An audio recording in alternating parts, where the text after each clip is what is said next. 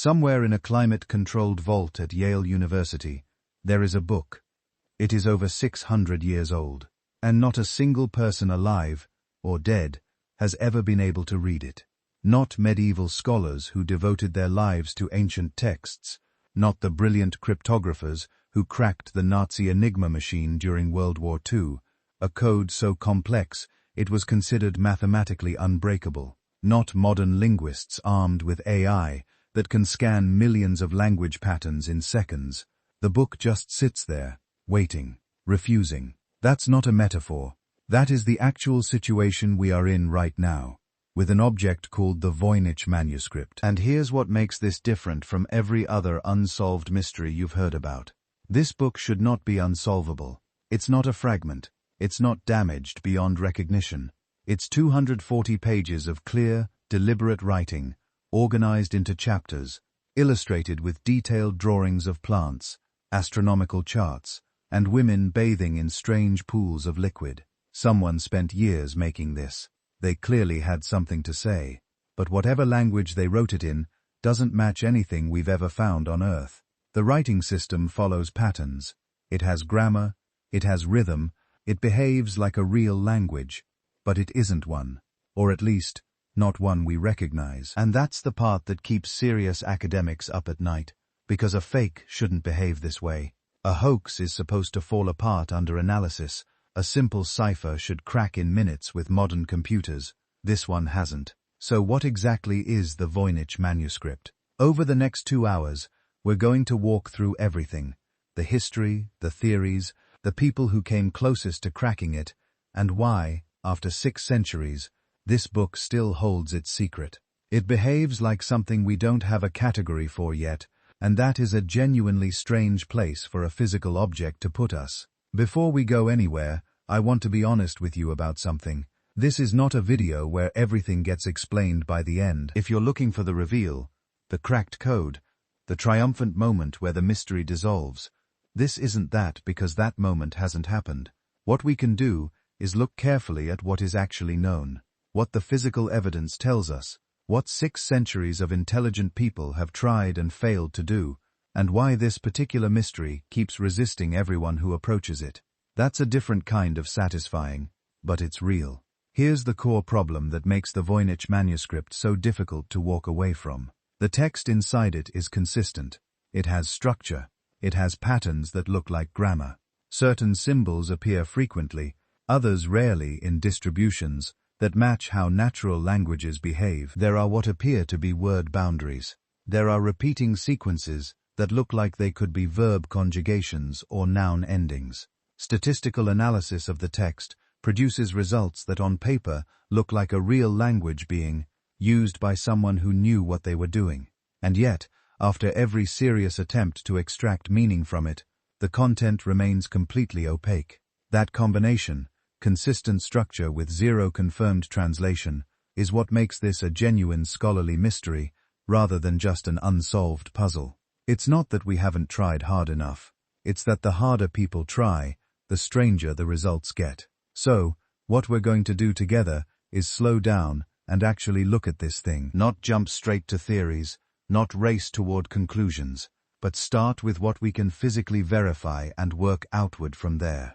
The manuscript has been radiocarbon dated, that places the vellum it sem written on in the early 15th century, most likely somewhere between 1404 and 1438. The ink, the quire structure, the binding, the pigments used in the illustrations, all of that has been examined by conservators and historians. There are things we know, there are things we can reasonably infer, and then there is everything else, which is where the theories live, some of them fascinating, some of them almost certainly wrong, and a few that remain genuinely plausible even now. The manuscript is divided into sections: plants that don't match any known species, astronomical diagrams that don't quite line up with any known system, pages filled with small human figures, bathing in interconnected pools and channels, lists that might be recipes or labels, or something else entirely. Each section will tell us something different, and each section will also leave us with new questions. That's the rhythm of this investigation. Every answer opens into a longer corridor.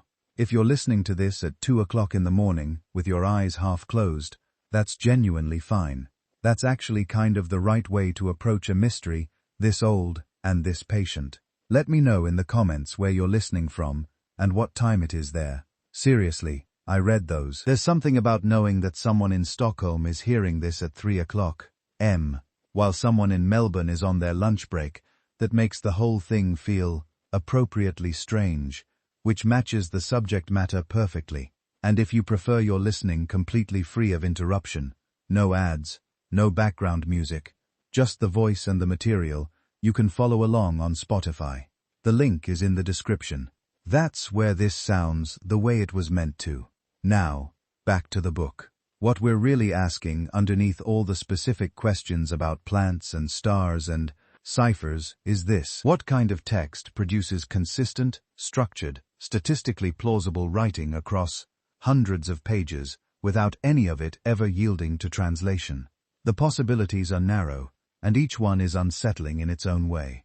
It could be a constructed language that no one ever learned to speak outside of one very secretive place. It could be an elaborate encryption of a real language, layered in ways that defeat even modern crypton analysis. It could be a sophisticated hoax, built by someone who understood enough about how language looks to fake the appearance of meaning without ever including any. Or it could be something else, a category we haven't fully imagined yet, which is the kind of sentence that usually sounds like an excuse, but in this case is actually a live possibility. 600 years of silence from a book is remarkable. The fact that the silence has held through the age of computing, through the development of statistical linguistics, through every tool we've built for cracking codes and pattern-matching text, makes it something more than remarkable. It makes it genuinely worth sitting with. So that's what we're going to do. Take it section by section, layer by layer, with the patience the thing seems to demand. Let's start with what it actually is. The manuscript is held at the Bickey Rare Book and Manuscript Library at Yale University, which is worth pausing on for a moment. The Bickey is not a general archive. It's a specialized facility designed specifically for rare and fragile materials with climate control, restricted handling protocols, and the kind of institutional oversight that tends to surround objects of significant historical or cultural weight. The fact that the Voynich Manuscript lives there tells you something before you've looked at a single page. It tells you that the people who study these things for a living consider it worth protecting at that level. You can view high-resolution scans of the entire manuscript online for free, which Yale has made available through their digital collections. But the physical object itself is not something most people will ever handle. And that distinction matters when we start talking about what the material tests can and can't tell us. So what is it physically? It's a book made of vellum, which is prepared animal skin, most likely car, not paper. Vellum was the standard writing material for serious documents in medieval Europe, and it's also why the manuscript survived in the condition it has. Vellum is durable in ways that paper simply isn't. Pages are organized into gatherings called quires, which are the folded bundles of leaves that get sewn together to form a book. Some quires appear to be missing. The current page count runs to around 240 pages, but the numbering suggests there were once more, and wherever those pages went, they took whatever was on them with them. The binding is not original.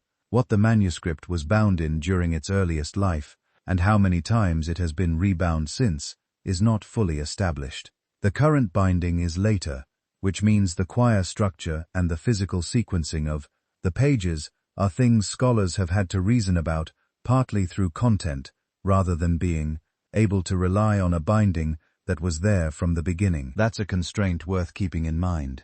Radioarbon dating was carried out in 2009 by the University of Arizona, and those results are the closest thing we have to a firm anchor in time. The vellum itself dated to a range of roughly 1404 to 1438, with the highest probability cluster pointing toward the early decades of the 15th century. This is important, and also limited in specific ways. What was dated was the vellum, the animal skin, not the ink on top of it. It's theoretically possible to write on old vellum, though doing so convincingly across 240-30 pages of highly consistent text would be an extraordinary effort, and most researchers treat the dating as a reliable indicator of when the manuscript was actually created. But it's worth being precise about what the test measured, because that precision is part of how we avoid overclaiming. The vellum is early 1400s. The writing on it is very probably from around the same period. Those are slightly different statements, and the difference matters when someone asks how confident we are. The ink has been analyzed as well. X-ray fluorescent studies found it consistent with iron ghoul ink, which was the standard ink of medieval European scribes. The pigments used in the illustrations have also been examined, and they are consistent with materials available in 15th century Europe. None of the material tests have produced results that contradict the radiocarbon dating, and none have uncovered anything that would be anomalous for a genuine medieval manuscript. What the tests have not done is tell us who made it, where exactly in Europe it was made, or in what language. The materials are authentic to a time and a broad region. They don't narrow it further than that. When you look at the pages themselves, one of the things that strikes researchers immediately is the consistency of the scribal hand. The text runs in lines with fairly regular spacing. The baseline is steady. The symbol forms are executed with what looks like practiced fluency, not the hesitation you'll prom. Someone laboriously copying an invented system one character at a time. Some researchers believe they can identify more than one hand in the manuscript, suggesting multiple scribes. But even if that's true, the overall visual coherence of the text is striking. It doesn't look like someone was making it up as they went. It looks like someone who knew what they were writing. The illustrations complicate and enrich this picture considerably. Large sections of the manuscript contain full-page or multi-page fold-out images. There are fold-out astronomical diagrams. There are botanical illustrations, one plant per page in most cases, drawn with what looks like genuine observational intent, even though the plants themselves don't cleanly match any known species. There are pages showing small human figures in pools and channels connected by what might be plumbing or might be something more symbolic. These images constrain interpretation in both directions. They suggest the manuscript is organized thematically, that whoever made it had something specific in mind for each section. But they also resist easy categorization because the plants aren't identifiable. The astronomical diagrams don't align neatly with known medieval systems, and the bathing figures don't match any single tradition scholars have been able to pin down. What we can take from all of this without overreaching is that the Voynich Manuscript is a genuine, medieval artifact produced on authentic materials from the early 15th century, written in a consistent and apparently practiced script, organized into thematic sections with illustrations that show real effort and intention, and produced by someone or a small group of someones who clearly knew what they were doing. Even if we have no idea what they were actually doing, that's the honest summary of what the physical evidence gives us. It rules out some things. It doesn't solve anything. It puts us in the early 1400s somewhere in Europe, holding a book that was made on purpose for a purpose we still can't determine. And that's where the real questions begin. When you first look at the text before you know any of the history, it doesn't feel like random scribbling. Your eye starts to pick out recurring shapes.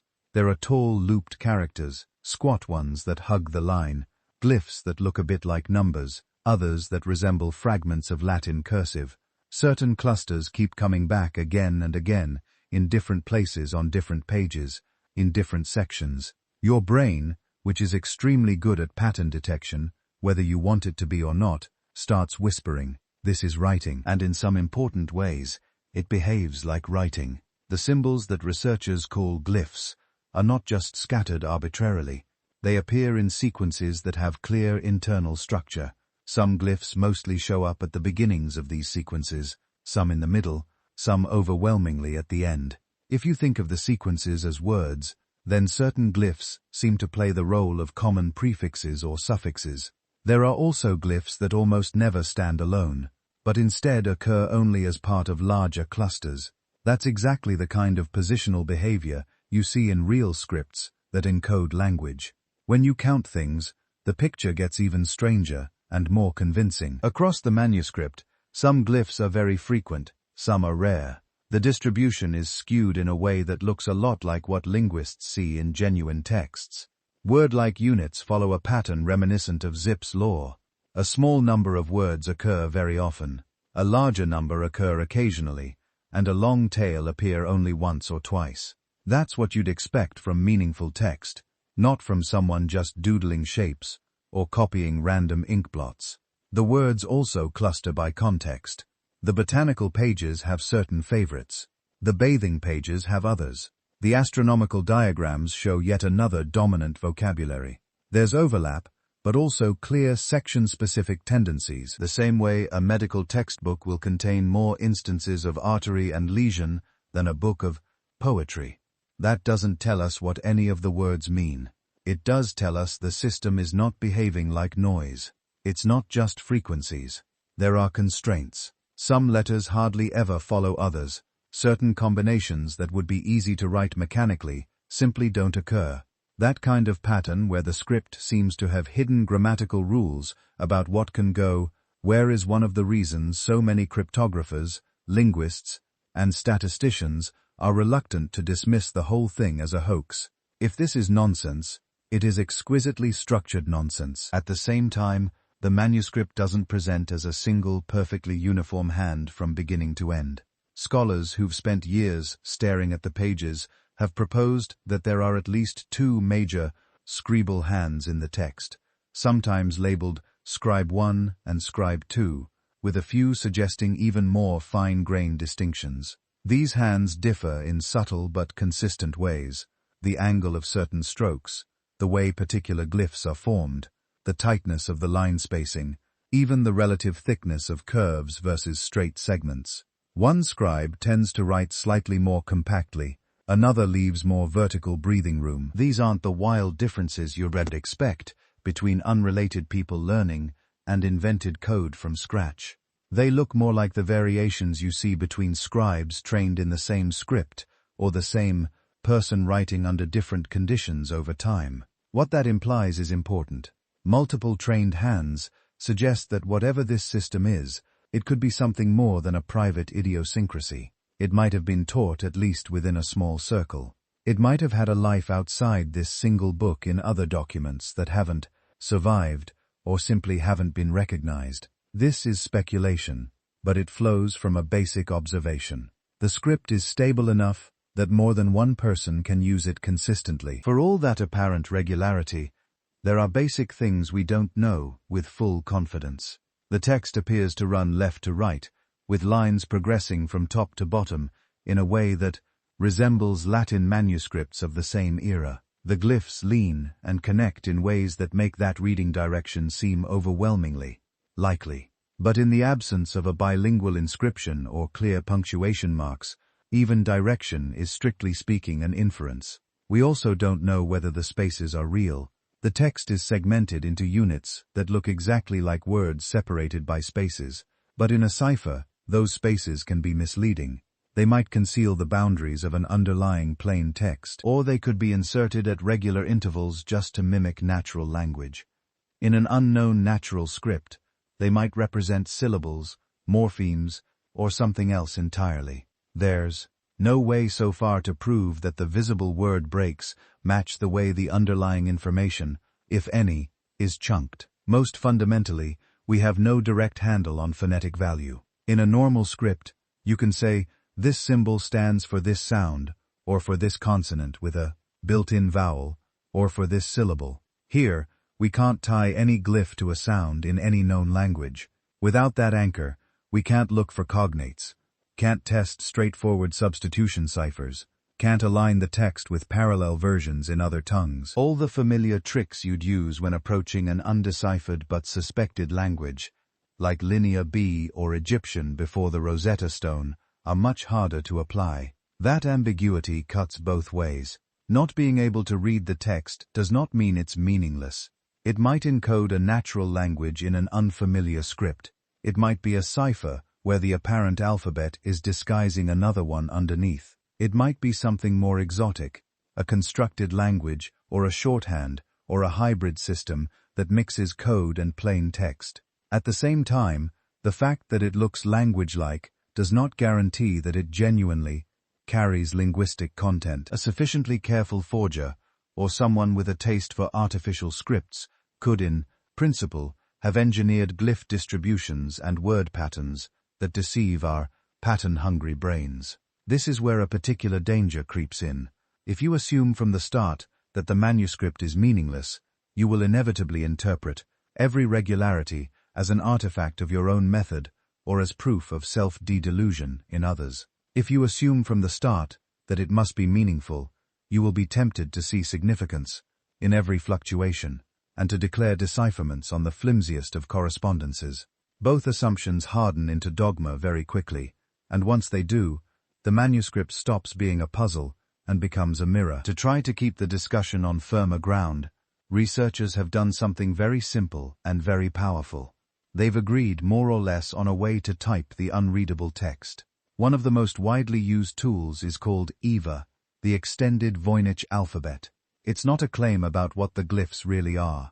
It's a convention. For each distinct symbol shape in the manuscript, EVA assigns a Latin letter or letter combination.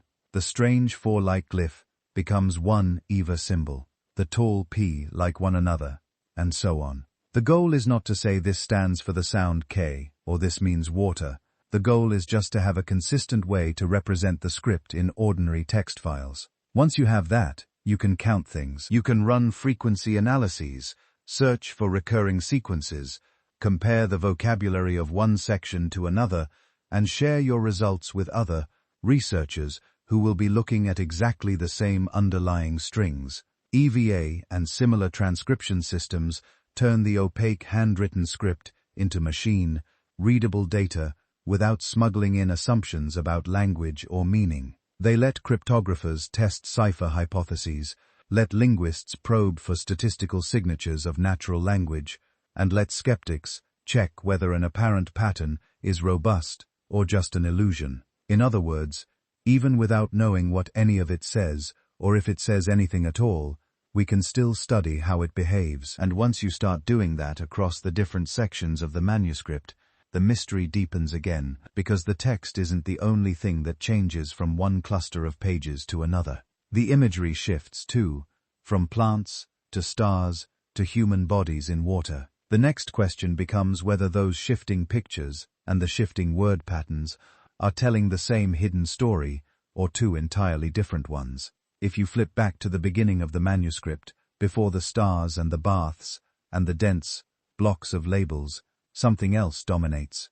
Page after page after page of plants. By rough count, nearly half the surviving folios are taken up with what looks at first glance like a huge illustrated herbal. Each page typically shows one large plant drawn in color with a block of text wrapped around it. Stems curl, leaves branch, roots twist into chunky, almost anatomical masses. Some plants get smaller marginal details, like detached leaves or seeds. Others sit above what looks suspiciously like jars or containers, as if someone is telling you, this is what you boil, this is what you grind. If you didn't know anything else, you might assume you were looking at a typical medieval pharmacological manual. In the 1400s, those were everywhere. Monasteries, universities, and urban doctors all used herbals that paired images of plants with notes on where they grow, what they're called, and what they're good for. Wounds, fevers, digestion, love charms. From a distance, the Voynich botanical section fits right into that genre. Up close, it doesn't. The first thing that bothers botanists is simple. Most of these plants are not identifiable with any confidence. That's not because they're badly drawn. On the contrary, the illustrator is oddly consistent. Leaves of the same species are drawn with similar veins and margins. Root textures repeat. There's an internal logic. But when you try to map them onto real-world flora, the details drift.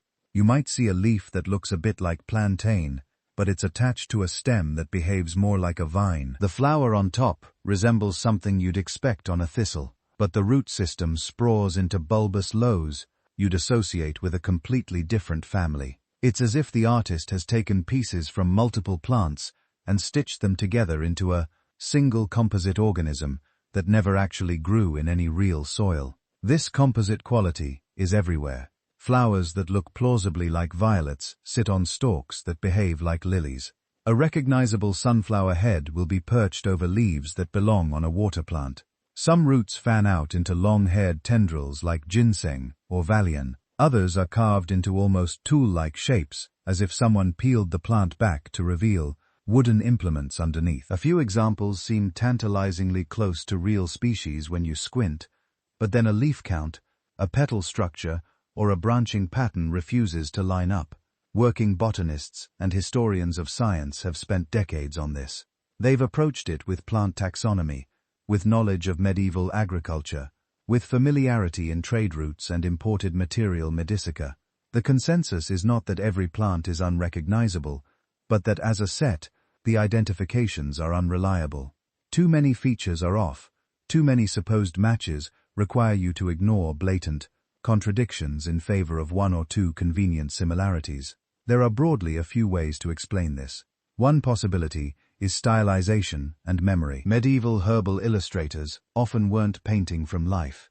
They were copying from older manuscripts, sometimes repeatedly over centuries. At each step, features could be exaggerated or simplified. Leaves become more schematic, roots more ornamental, colors more symbolic than realistic. By the time you get to the Voynich illustrator, you might be looking at a copy of a copy of a copy, the botanical equivalent of a phrase that been whispered through too many rounds of telephone. But that familiar copying story doesn't quite solve it. Because when we look at other European herbals from the same broad period, even the stylized ones, we can usually recognize a good portion of the plants. Their errors are noisy, not systematic. Voynich's oddities feel systematic. The same kinds of anatomical distortions reappear across the section, so researchers widen the net. Maybe these are not European plants at all, but a flora from somewhere else. The Eastern Mediterranean, Central Asia, even the Americas, if you're willing to push the dating and authorship in controversial directions. In that view, the composite features might be the result of someone trying to depict unfamiliar species using a visual vocabulary built on familiar ones. You see something new, you draw it with the leaves, stems, and roots you already know how to picture. Another option is that the plants are symbolic, not attempts at literal portraits, but diagrams of properties. A root drawn like a liver might indicate a liver remedy. Leaves drawn with tear-shaped drops might suggest diuretic uses. Medieval herbals did sometimes lean into this doctrine of signatures mindset, where a plant's appearance hinted at its therapeutic use. If the Voynich botanical section is built on that logic, then what looks like biological distortion could actually be a visual encoding of how the author thought the plant behaved in the body. Then, there's the more radical possibility that many of these plants are deliberately invented, not in the sense that the artist had no idea what a plant looks like, but in the sense of constructing careful hybrids. You want to write about a preparation that uses 3 real herbs, combine their leaves, flowers, and roots into one visual emblem. Anyone in the know would recognize which parts corresponded to which ingredients.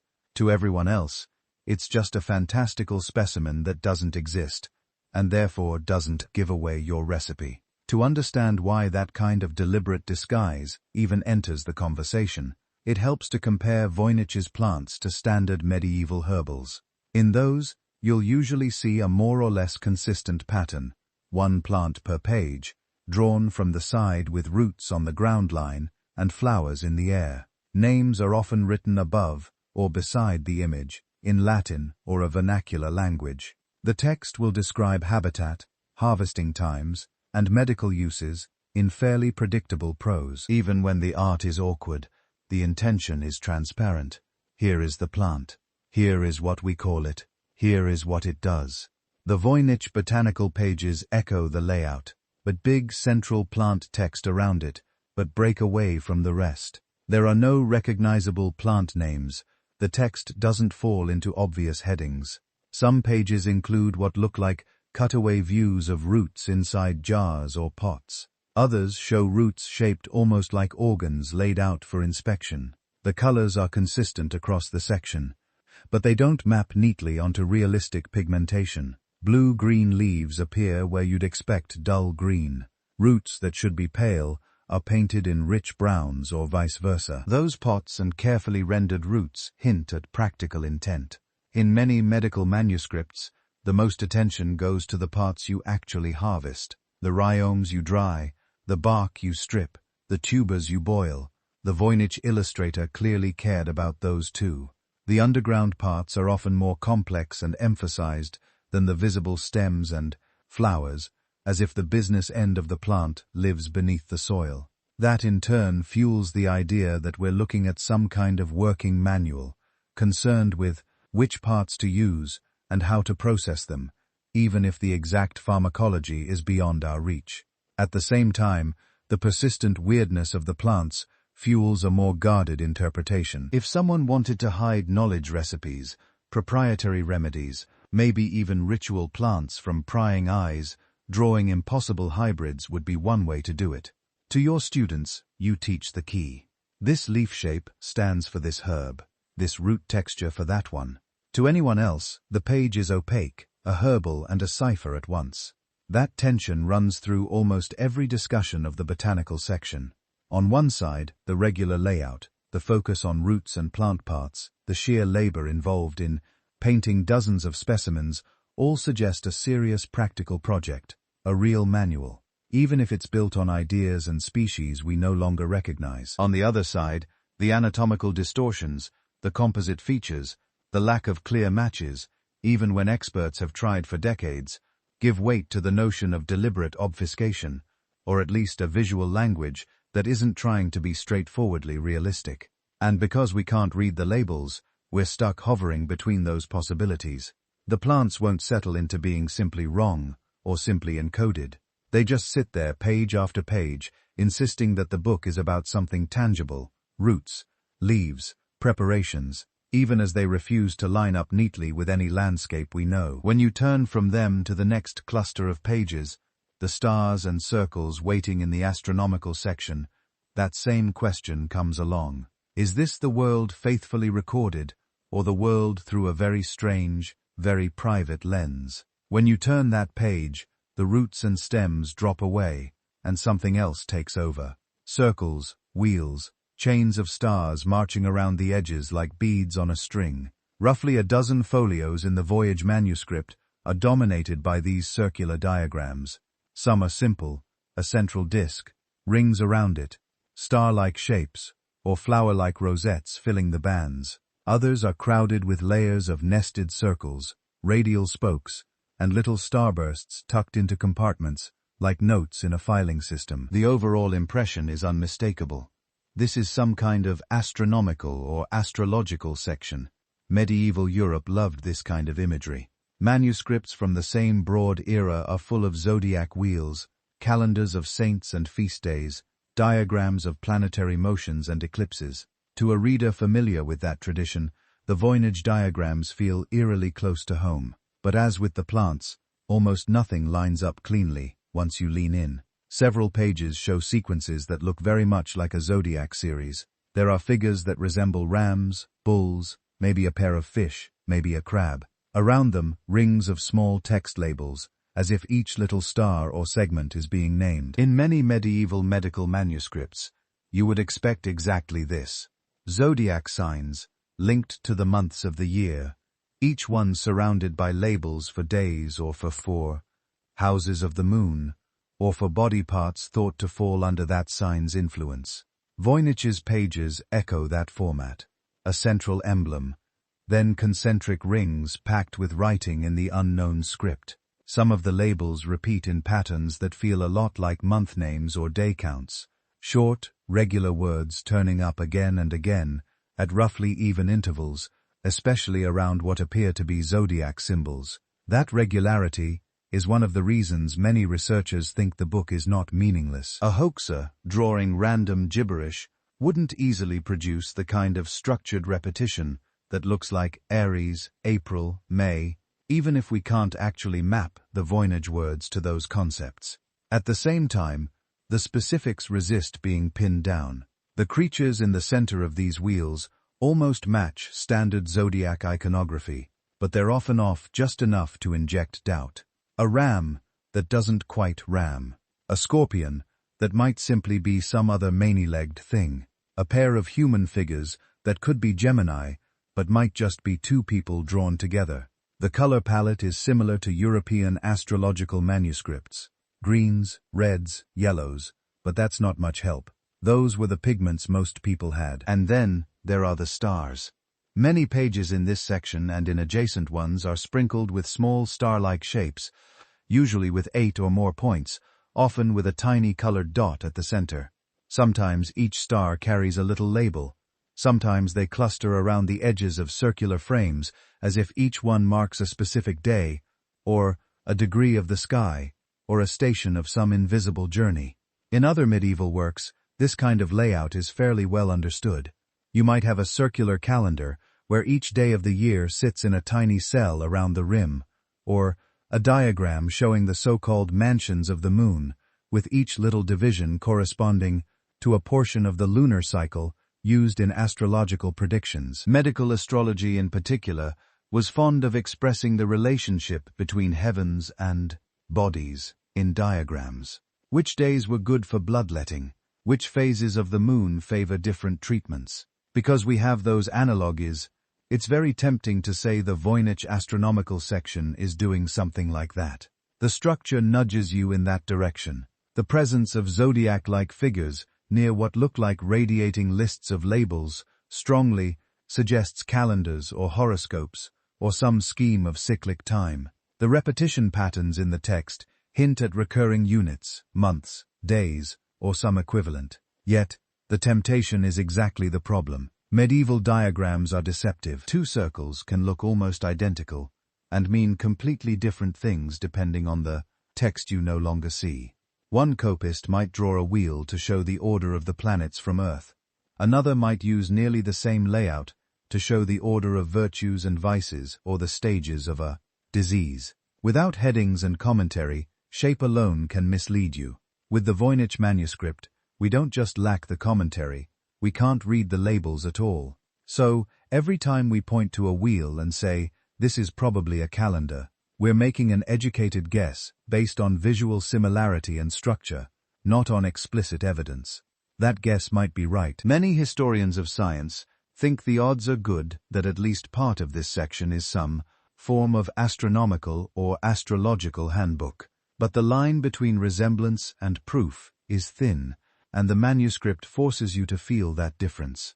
This is where the astronomy section becomes a test case for how we think about meaning in the book. On one hand, the circular layouts, the repeated motifs, the zodiac-like imagery, and the apparent cycles in the surrounding text all argue strongly against pure randomness. If someone wanted to create a meaningless hoax, they could have scribbled lines and shapes with none of this consistency. Instead, we see careful symmetry, nested structures, and labeling schemes that echo real medieval practices, even if they don't match any specific tradition we know.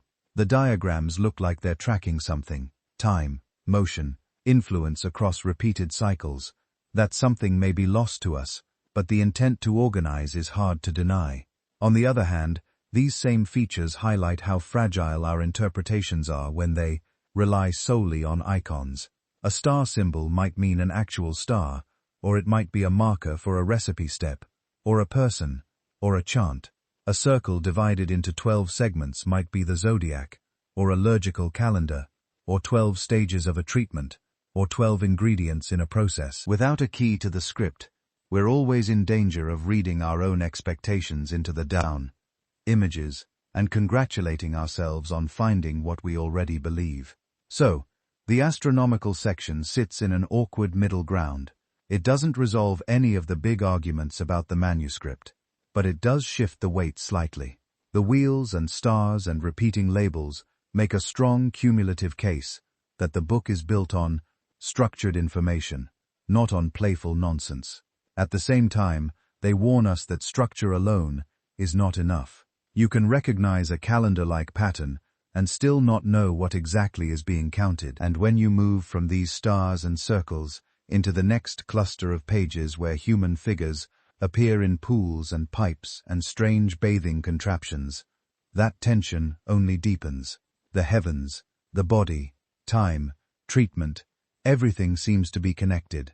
But without the words, we're left tracing the outlines of a system that clearly exists, while knowing that its inner logic is still just out of reach. If the astronomical folios feel distant and abstract, the next pages feel almost uncomfortably intimate. Suddenly, the manuscript fills with people, mostly women, or at least figures with rounded bodies and long hair, drawn without clothes. They stand in tubs, recline in basins, huddle in what look like barrels, or float in bulbous containers connected by a maze of green and blue pipes. Water, or something like water, seems to flow through these channels, filling and draining the baths in a looping, almost mechanical system. This cluster of folios is often called the balneological section, from balneum, the Latin word for bath. At first glance, it's tempting to say this must be about bathing cures, spa treatments, some kind of medical hydrotherapy, and there is a historical context that makes that sound plausible. Late medieval and early Renaissance Europe had a thriving culture of baths and mineral springs. Across the German-speaking lands in northern Italy, in Bohemia and beyond, people flocked to town baths and natural spas for cleanliness, but also for healing. Physicians wrote treatises explaining which baths were good for which ailments, which waters were hot and dry, or cold and moist, in the language of humoral medicine. They diagrammed bathus, described sequences of immersion and rest, and sometimes linked particular springs to astrological conditions. Some of those texts are illustrated. We have manuscripts showing people soaking in communal pools, steam rising, attendants standing by. We have images of spring complexes, with channels bringing specific mineral waters into separate tubs. If you place those next to the Voynich bathing pages, there is a family resemblance. Clusters of figures in tubs, water running through connected basins, a sense of organized treatment rather than casual washing. But as always with this manuscript, the resemblances stop just where you want them to deepen. Medieval balneological diagrams typically come with clear labels: the name of the town, the source of the spring, the recommended therapy. In the Voynich pages, there are labels, but there in the unreadable script, short words near individual figures, longer lines of text along the margins, or winding around the pipe-like structures. To a contemporary reader, those scribbles would have been the key that turned the pictures into instructions. To us, the pictures are all we have, and they're strange enough on their own. Some images show what look like transparent or half-open vessels with the nude figures standing inside them, as if in glass vats.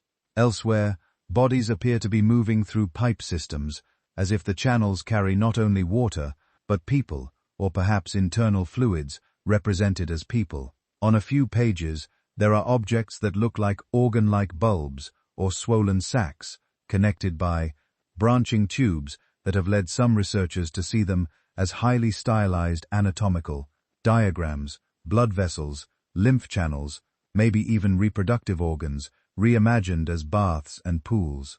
That anatomical reading leads into a second line of interpretation. Instead of depicting actual bathos, these pages might use bathing as a metaphor for processes inside the body. In medieval and early modern texts, it's not unusual to see bodily functions illustrated allegorically: furnaces for digestion, pipes for veins, systems for humors. If the author of the Voynich Manuscript wanted to show circulation or purification or some imagined flow of vital forces, it would make sense to borrow the visual language of baths and channels that readers already knew from spa medicine. Then there is a third possibility, one that appears whenever pipes and vessels show up in medieval art: alchemy. Alchemical manuscripts from roughly the same centuries are filled with networks of flasks, retorts, icks, and distillation coils.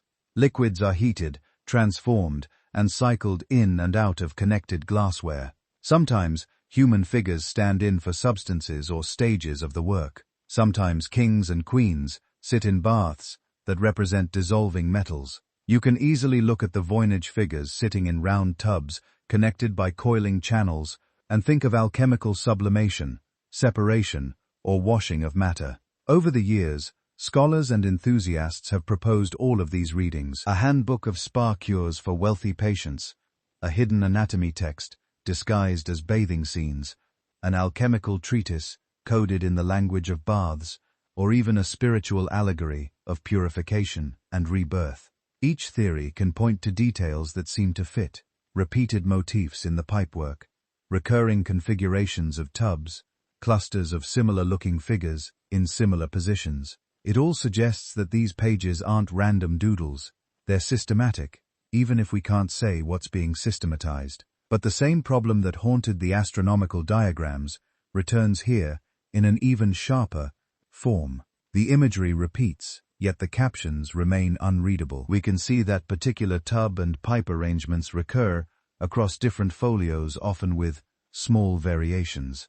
We can see that some figures are labeled and others are not, and that the labels around one configuration are very similar to those around another. That patterning implies technical content, perhaps a standard treatment repeated with slight modifications, or a single process applied to different substances, or the same organ depicted in several states. What we can't see is the semantic layer.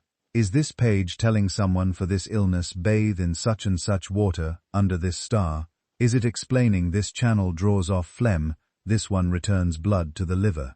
Is it instructing an alchemist, wash the material 3 times in this solution until it becomes green? The structure hints at all of these, but commits to none, and that ambiguity matters because it affects how we imagine the intended audience. If this is a balological handbook, perhaps the book was aimed at a physician working in or around a spa town, or at an educated layperson wealthy enough to travel for cures. If it's a metaphorical anatomy, maybe it was for teaching students of medicine, or even midwives, using familiar spa imagery to learn about the invisible interior. If it is alchemical, the audience shrinks again. A small circle of practitioners, comfortable with veiled diagrams and encoded instructions. The level of abstraction in the drawings complicates the picture. These aren't straightforward depictions of a specific identifiable bathhouse you could match to a real town. Nor are they clearly located in a particular social setting. There are no attendants, no physicians, no external architecture beyond the tub and pipe environment itself. That inward focus nudges interpretation toward an internal, perhaps even esoteric readership. People who already knew what these schemas represented and didn't need real-world scenery to orient them. At the same time, we have to be careful not to project our own categories too confidently onto the pages. The figures are mostly nude, but there's no explicit erotic charge. The poses are functional rather than suggestive, standing, sitting, stepping into or out of containers. Medieval art often treated nudity differently than modern viewers assume, especially in medical and religious contexts. To call these pages sexual says more about contemporary discomfort than about the intent of the original artist. Similarly, because we know about modern spas or about later anatomical atlases, it's easy to see exactly those things here. But what we can actually say is more modest. The drawings consistently show human figures in relation to flowing media, liquid, or something that behaves like liquid, inside a highly controlled, repeatable network of containers and channels. The same configurations recur, and the unknown text appears to label both people and pathways. All of that is solid observation. Whether the fluid is water, blood, spirit, or mercury is where speculation begins. So the balological pages deepen the sense that the Voynich Manuscript is about processes, things that flow, change, and cycle, whether in the sky, in the body, or in matter itself. They also deepen the gap between what we can see and what we can responsibly claim. We can trace the channels with our eyes, follow the little figures as they step from bath to bath, notice the words that echo like refrains around particular motifs. But until the script yields, those baths remain sealed. We're watching a carefully designed system at work, unable to say exactly what is being purified, transformed, or healed. After all that liquid motion, the manuscript begins to quiet down. The later folios shift away from full-page scenes and return to something more compact, almost modest. Many of these pages are grouped under what scholars sometimes call the pharmaceutical and juez. On the so-called pharmaceutical pages, the big, strange plants of the early section come back, but in a reduced, almost dismantled form. Instead of a single towering specimen per page, you get clusters of smaller botanical fragments. A root here, a leaf there, a flower or seed head, neatly isolated from its stem. They're arranged along the margins and between columns of text, almost like ingredients laid out on a workbench. Beside them, or beneath them, stand rows of jars. They're not photorealistic, of course.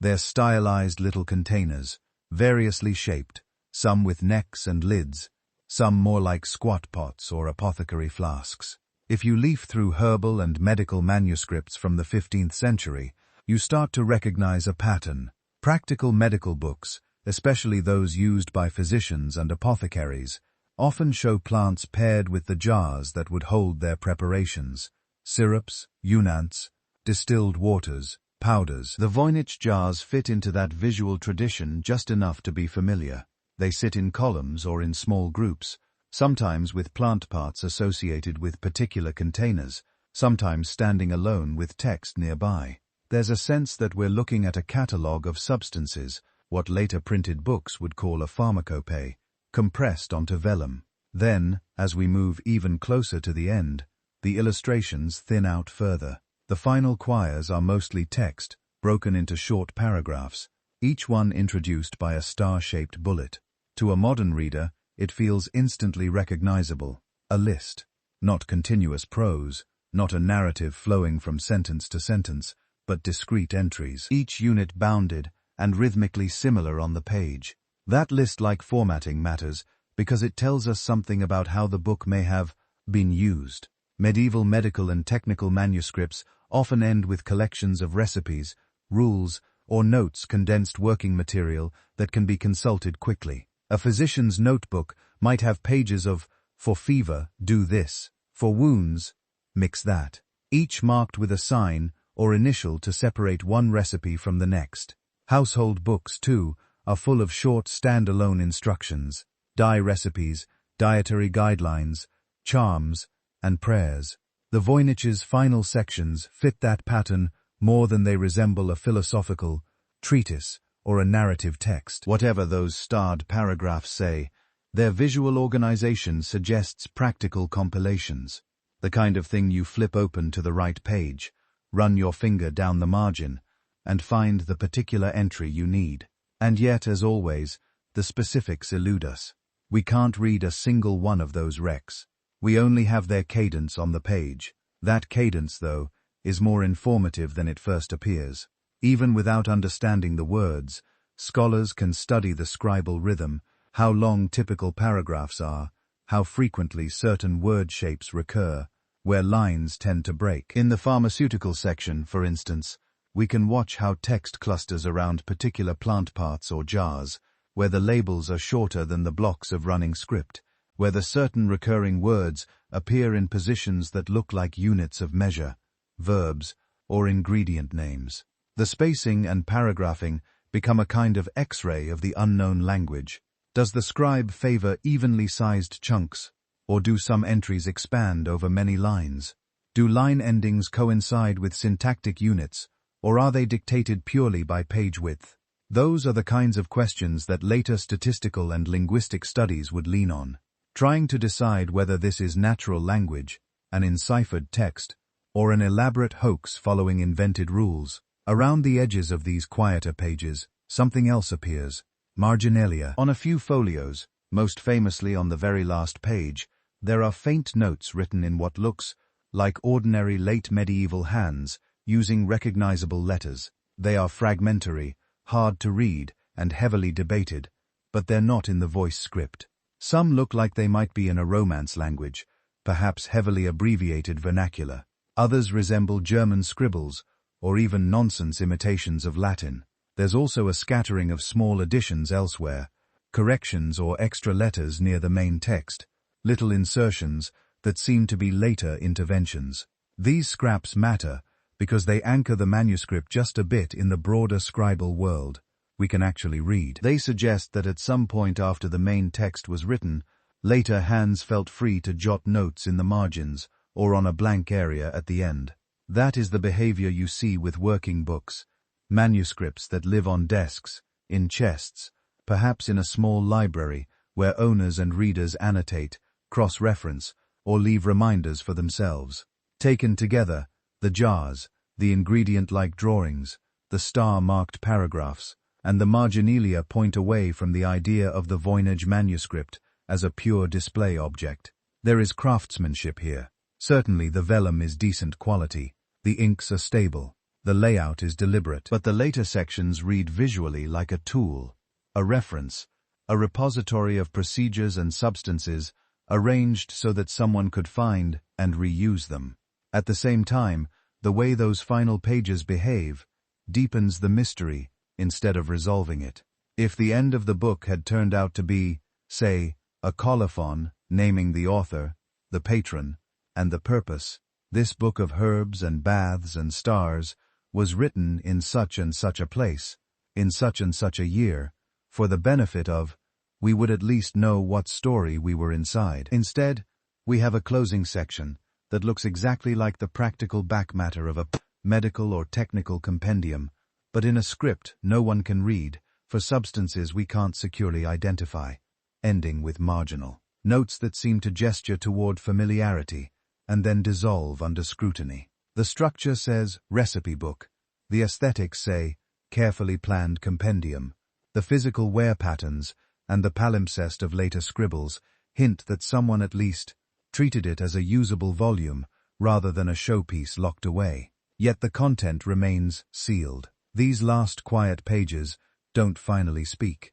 they just change the register of the silence. After plants, stars, baths, and flowing pipes, the manuscript closes with lists and fragments, as if to remind us that whatever knowledge it once held was not a single grand secret, but 100 small practical ones, each neatly starred, each patiently copied, each now just beyond our reach. If the manuscript itself refuses to give us a tidy ending, the historical record does much the same. For a physical object that still exists bound between covers in a modern library, the Voynich Manuscript leaves a surprisingly faint trail through time. We can touch it, test it, photograph every page in high resolution, but if you try to follow it backward through the centuries, the line of evidence thins to almost nothing. Start with what can be dated without argument. When researchers at the University of Arizona Radio-Arbon dated tiny samples of the vellum in 2009, the results clustered tightly in the early 15th century, most likely between about 1404 and 1438. That doesn't tell us when the text and images were put down. Someone could, in theory, write on old parchment, but it gives us a solid, not earlier than for the creation of the book as a physical object. We are at the very latest in the early 1400s. From there you might expect a normal manuscript life, a colophon naming the scribe, a monastery library mark, a mention in some dusty inventory. Instead, we get silence. For perhaps 200 years, maybe more, the book moves through European history like a ghost. No dated ownership inscription we can trust. No clearly matching catalogue description. No contemporary scholar saying, I saw a curious book filled with unknown writing and impossible plants. Our first real handhold does not come until the early 17th century, and even then it arrived sideways. In 1639, an erudite Prague physician named Johannes Marcus Marci sat down to write a long letter to an older colleague and friend, the Jesuit polymath Athanasius Kircher in Rome. Along with the letter, Marci sent a strange manuscript asking Kircher if he could read it. The covering note is preserved today on brittle paper, its ink browned with age. It mentions that the enclosed book had once belonged, according to what Marci had been told, to the Holy Roman Emperor Rudolph II. It also repeats a bit of court gossip that Rudolph had supposedly paid 600 ducats for it, believing it to be by the English philosopher Roger Bacon. That letter, dated and addressed, is the first secure documentary link in the Voynich chain of custody. We know from those few pages of Latin prose that by the 1630s the manuscript had reached the learned circles of Prague. We know it had already attracted speculation about its authorship, and we know that Marci thought Kircher, famed for his interest in ancient scripts and Oriental languages, might be able to do what no one in Bohemia had done, Make it speak. Attached to that letter is a name that will loom large later on: Georg Barisch. Barisch was a Prague alchemist and collector, a man obsessed enough with the unreadable manuscript that years before Marci wrote to Kircher, he had already sent excerpts of the script to Rome, begging for help. One of Barisch's earlier letters to Kircher survives. In it, he describes the book as a mysterious volume he cannot interpret, one he suspects hides great secrets. Between Barisch, Marci, and Kircher, we get our first little constellation of people around the manuscript. It sat in Barisch's collection, confusing him. It passed upon his death into the hands of Marci, his friend and fellow scholar. Marci mailed it to Kirch at the Collegia Romano, hoping the great decipherer would crack it. Those are not myths. They are documented steps underwritten by ink, dates, and institutional archives. Everything else around that early modern moment has to be handled more carefully. Did Rudolf II really own the book? As Marci's letter reports, it is possible Rudolf did collect unusual manuscripts and curiosities in Prague. He was known to spend large sums on alchemical and astrological works, to patronize natural philosophers, to surround himself with things that promised hidden knowledge. A lavish, indecipherable codex would have fit his tastes beautifully, but the claim that he bought this particular manuscript for 600 ducats rests on Marci's report of hearsay. No independent record in Rudolf's inventories mentions a volume that clearly matches the voyage, so historians can say this tradition exists, and it is plausible. They cannot say Rudolf II definitely owned it, and here is the receipt. The same pattern holds for the supposed Roger-Bacon connection. By the 17th century, Bacon had become a kind of legendary figure in the European imagination, a medieval wizard scientist, a man of forbidden optics and secret experiments. Attributing an anonymous, opaque manuscript to him was a way of elevating its cache. It doesn't mean the attribution is correct. No reference to the Voynich appears in Bacon's own works, and the style and imagery of the manuscript sit more comfortably in the 15th century than in the 13th. Modern scholars treat the Bacon story as an instructive rumor rather than a fact. This is what it means to reconstruct a timeline from fragments. We rely on letters like Marci's, on Barisch's pleas to Kircher, on marginal notes and library, inventories that might or might not refer to our book. Each scrap is a data point. Some line up neatly, others float nearby, suggestive but unanchored. In between them lie decades or centuries where the manuscript's location, owner, and status are entirely unknown. Those gaps are fertile ground for imagination, but also for confusion. Whenever the archival record goes quiet, secondary stories tend to rush in. Maybe the book spent time in a monastery, famous for herbal lore. Maybe it sat on the shelf of some shadowy alchemist. Maybe it traveled across borders in the luggage of diplomats, or was copied from an even older, lost original. None of those things are impossible. All of them are at present speculative. Without a dated inscription, a matching catalogue entry, or a corroborating letter, they remain narrative possibilities, not history. Separating those two categories, what is proven and what is merely likely, is especially important with the Voyage manuscript, because the object itself encourages fantasy. It looks like a prop from a story about secret orders and forgotten sciences. It seems to demand a dramatic past, illicit scholars, coded correspondences, hidden sects. And historians are human. They feel the pull of a satisfying arc, just like everyone else. But when your subject has already attracted more than a century of wild claims, there is a real value in moving slowly. Evidence first, instead of asking what's the most exciting origin story we can tell. We start with what pieces of paper actually survive, and what do they really say. Doing that produces a more modest but more reliable timeline. We can say with confidence that the vellum was prepared in the early 1400s. We can say that by the early 1600s, the manuscript was in Prague, in the possession of Georg Barisch, then Johannes Marci. We can say that around 1665 or 1666, Marci sent it to Athanasius Kircher in Rome. After that, we lose sight of it entirely for more than 200 years, until it reappears in the holdings of the Collegia Romano and is eventually sold in the early 20th century to a Polish, Lithuanian book dealer named Wilfried Voyage. Between those anchors, there are chains of custody that are plausible but unproven. Perhaps the book really did pass through Rudolf II's palace. Perhaps it moved from imperial collections into private hands during the upheavalist of the 30 Years' War. Perhaps it sat in Jesuit libraries largely ignored until someone in the 19th century quietly catalogued it as just another codex with unknown writing. Any of these could be true. None of them have yet been nailed down with the kind of documentation we would accept in a less glamorous case.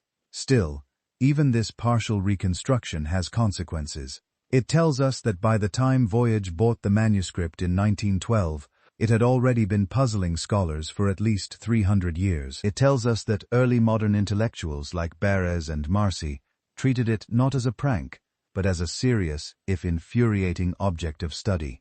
And it brings into our field of view three key figures who will shape the next phases of the story. Rudolf II, the emperor around whom legends crystallize; Athanasius Kircher, the 17th-century polymath who collected unreadable scripts the way others collected fossils; and Wilfrid Voyage himself, whose discovery dragged this quiet codex out of a Jesuit chest and into the glare of 20th-century speculation. In the next turns of the narrative, those personalities step out of the archival footnotes and onto the main stage. The manuscript does not speak, but emperors, Jesuits, and booksellers do, and the way they talk about it will shape how generations after them imagine what this stubborn little book might be. To understand why Rudolf II's name clings so stubbornly to the Voynich Manuscript, you have to picture the world he built around himself in Prague. Rudolf became Holy Roman Emperor in the late 16th century, and instead of ruling from Vienna as his predecessors had done, he drew power inward and upward to Prague Castle. Over the decades, he turned it into something between a court, a laboratory, and a cabinet of curiosities. He collected paintings and mechanical automata, astronomical instruments and stuffed animals, alchemical glacier and strange stones. He invited mathematicians, astrologers, natural philosophers, and outright occultists to live and work under his protection. This was the court of Tycho Brahe, the Danish astronomer whose careful star measurements would later underpin Kepler's laws of planetary motion. It was the court of Johannes Kepler himself, hired originally as an imperial mathematician and horoscope caster. It was also the court where alchemists promised gold and elixir of life in smoky laboratories, where physicians tried to reconcile Galenic medicine with new chemical remedies, where astrology was not a parlor game, but a tool of statecraft. In that environment, an undeciphered manuscript, filled with plants that don't quite exist, naked bodies in baths and tubes, and elaborate diagrams of stars and zodiac signs, would not have been out of place. It would have been exactly the sort of object Rudolf liked to acquire, a book that hinted at secret knowledge, that seemed to sit at the crossroads of medicine, boty, and celestial influence. That is the world sitting behind Johannes Marcus Marcy's brief remark, written in 1639, that the mysterious book he was forwarding to Athanasius Kircher had once belonged to Rudolf II, and that the emperor had supposedly paid 600 ducats for it, thinking it was by Roger Bacon. Historians looking at that claim separate it into parts. The first part, could Rudolf reasonably have owned such a thing, seems entirely plausible. We know from other documents that he paid high prices for manuscripts of alchemy, astrology, and natural magic. Inventories of his count, his art and curiosity cabinets list all manner of exotic objects and strange books. Rudolf's collecting habits leaned heavily toward things that were rare, obscure, or difficult to interpret. A lavish codex on fine vellum, written in an unknown script, decorated with enigmatic diagrams and herbal images, would have fit seamlessly on his shelves, beside grimoires and alchemical treatises. The second part, did he specifically pay 600 ducats for this book, believing it to be a work of Roger Bacon, is more fragile. The amount is large, but not unimaginable for a wealthy collector in search of something special. The Bacon attribution, as we've seen, was already circulating in learned circles by Marcy's time. But crucially, Marcy is not reporting a transaction he witnessed. He is passing along what he calls the rumor he had heard in Prague. And when we look for corroboration outside that rumor, we don't find it. No surviving imperial account book lists a purchase that can confidently be matched to the Voynich Manuscript. No description in Rudolph's detailed inventories says in effect a great parchment book of unknown letters with many strange plants and stars. There are entries for alchemical and astrological books, but none whose wording clearly points to this one. So we end up with a statement that sits in the gray zone between history and tradition. Marcy's letter is real. Rudolph's taste for esoteric works is documented. The environment of Prague makes the story inherently believable, but direct evidence that the Voynich manuscript was in Rudolph's hands is missing. That gap matters. What makes the Rudolph story hard to ignore is how well his Prague resonates with the manuscript's themes. Under Rudolph, the boundaries between legitimate science, speculative philosophy, and explicit occultism were porous. Astronomy and astrology were practiced by the same people. Chemistry blurred into alchemy. Herbal medicine overlapped with magical properties of plants. Physicians used baths, mineral waters, and biological therapies as part of serious treatment regimes. If you leaf through the Voynich pages with that world in mind, the fit is tempting.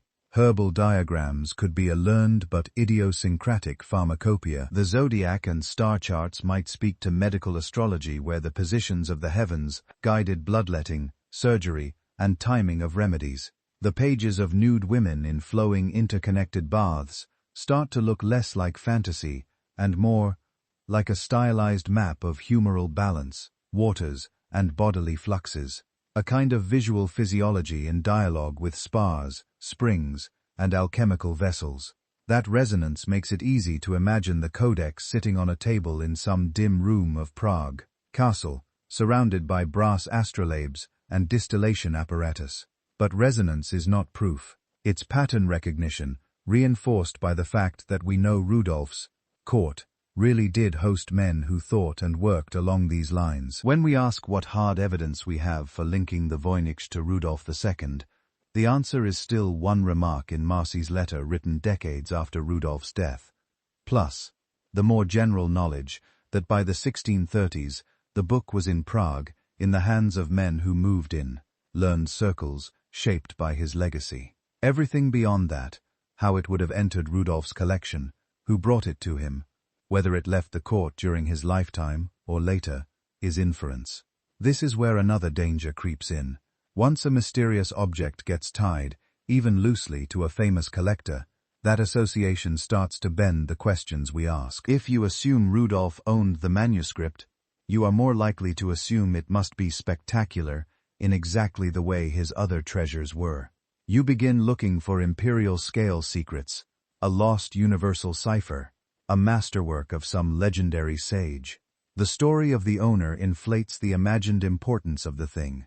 With the Voynich manuscript, that inflation has been powerful. Rudolph II's unreadable book sounds much grander than a strange 15th-century codex that turned up in 17th-century Prague. It suggests an imperial commissioning, a network of occult advisors, deliberate secrecy at the highest levels. All of those scenarios are possible.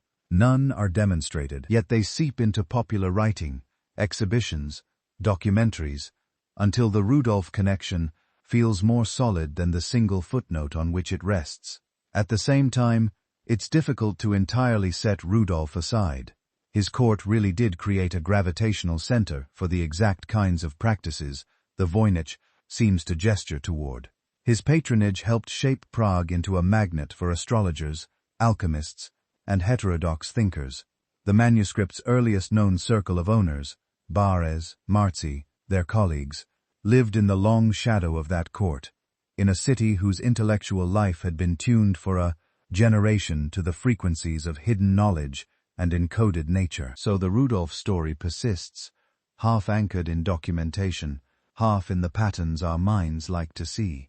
It remains a legend that historians keep at arm's length, labeled plausible but unproven. even as it continues to dominate how the broader public imagines the manuscript, early history, in that it is a perfect microcosm of the Voynich problem itself. A small, solid core of evidence, wrapped in layers of interpretation, rumor, and desire for a satisfying narrative. As the manuscript leaves Prague behind and disappears into Jesuit collections, that dynamic will only intensify. The book itself stays the same. The stories around it keep changing. By the time the manuscript steps out of Rudolf's long shadow, Europe has changed completely. The 30 Years' War has broken over Bohemia and rolled back and forth across Central Europe, leaving famine, disease, and political realignment in its wake. Confessional boundaries harden. Institutions that had seemed permanent crumble or are absorbed.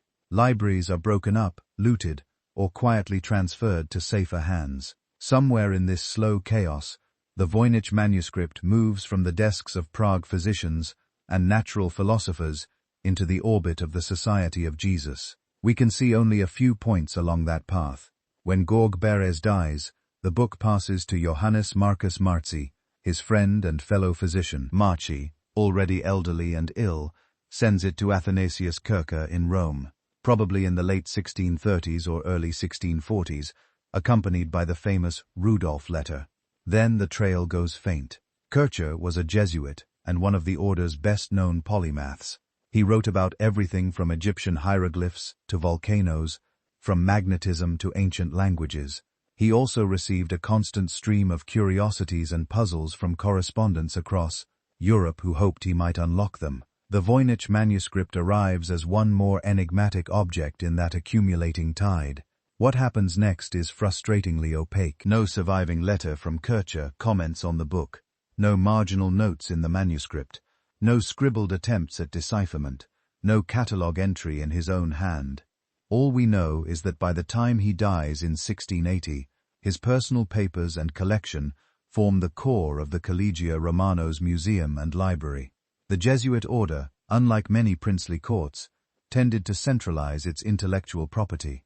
Manuscripts and books that came into a famous Jesuit's possession could be claimed as institutional assets after his death. Over the 18th and 19th centuries, as the Society of Jesus was suppressed in some states, restored in others, expelled, refounded, and constantly negotiating with shifting governments, its libraries were moved, hidden, reatalogued, and occasionally sold. The Voynich manuscript spent more than 2 centuries somewhere in that institutional maze. Its pages were safe, but its story went quiet. When Jesuit scholars in Rome inventoried their holdings, they often focused on texts with obvious theological, philosophical, or philological value.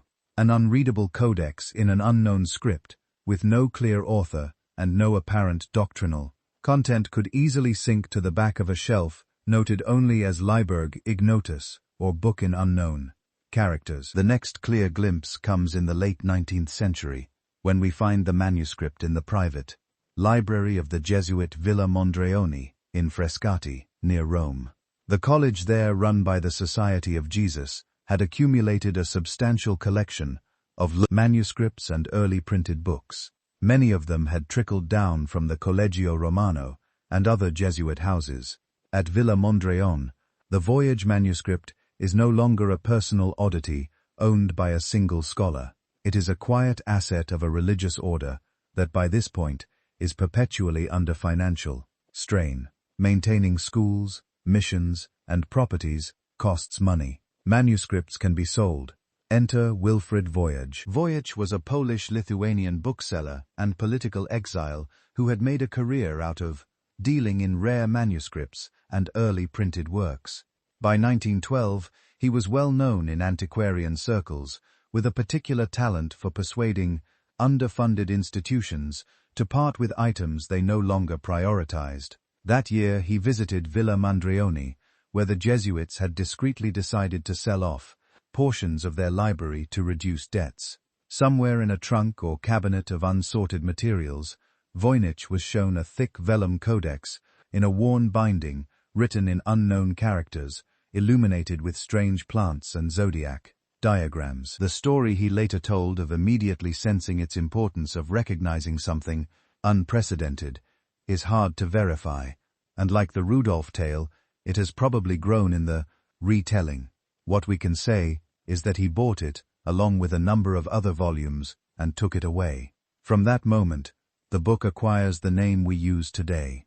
It is not the Rudolph Manuscript or the Kircher Codex. It becomes, in auction catalogues, correspondence, and eventually scholarship, the Voynich Manuscript, simply because Wilfried Voynich was the one who pulled it back into the light.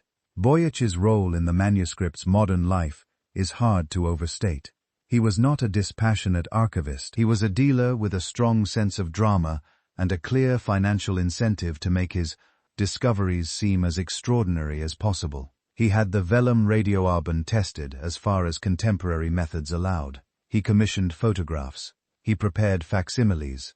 He circulated descriptions to scholars at major universities, always stressing the mystery, unknown script, unknown language, unknown author, unknown content, and it worked. Early 20th century academics who saw the book were intrigued, even if they weren't sure what to make of it. Cryptographers, medievalists, historians of science all took a look. Some found the script too regular and the illustrations too coherent to be a random fantasy. Others were instantly suspicious, wondering if the unknown writing might be a clever hoax, designed to fleece a gullible collector, perhaps even Rudolph II himself.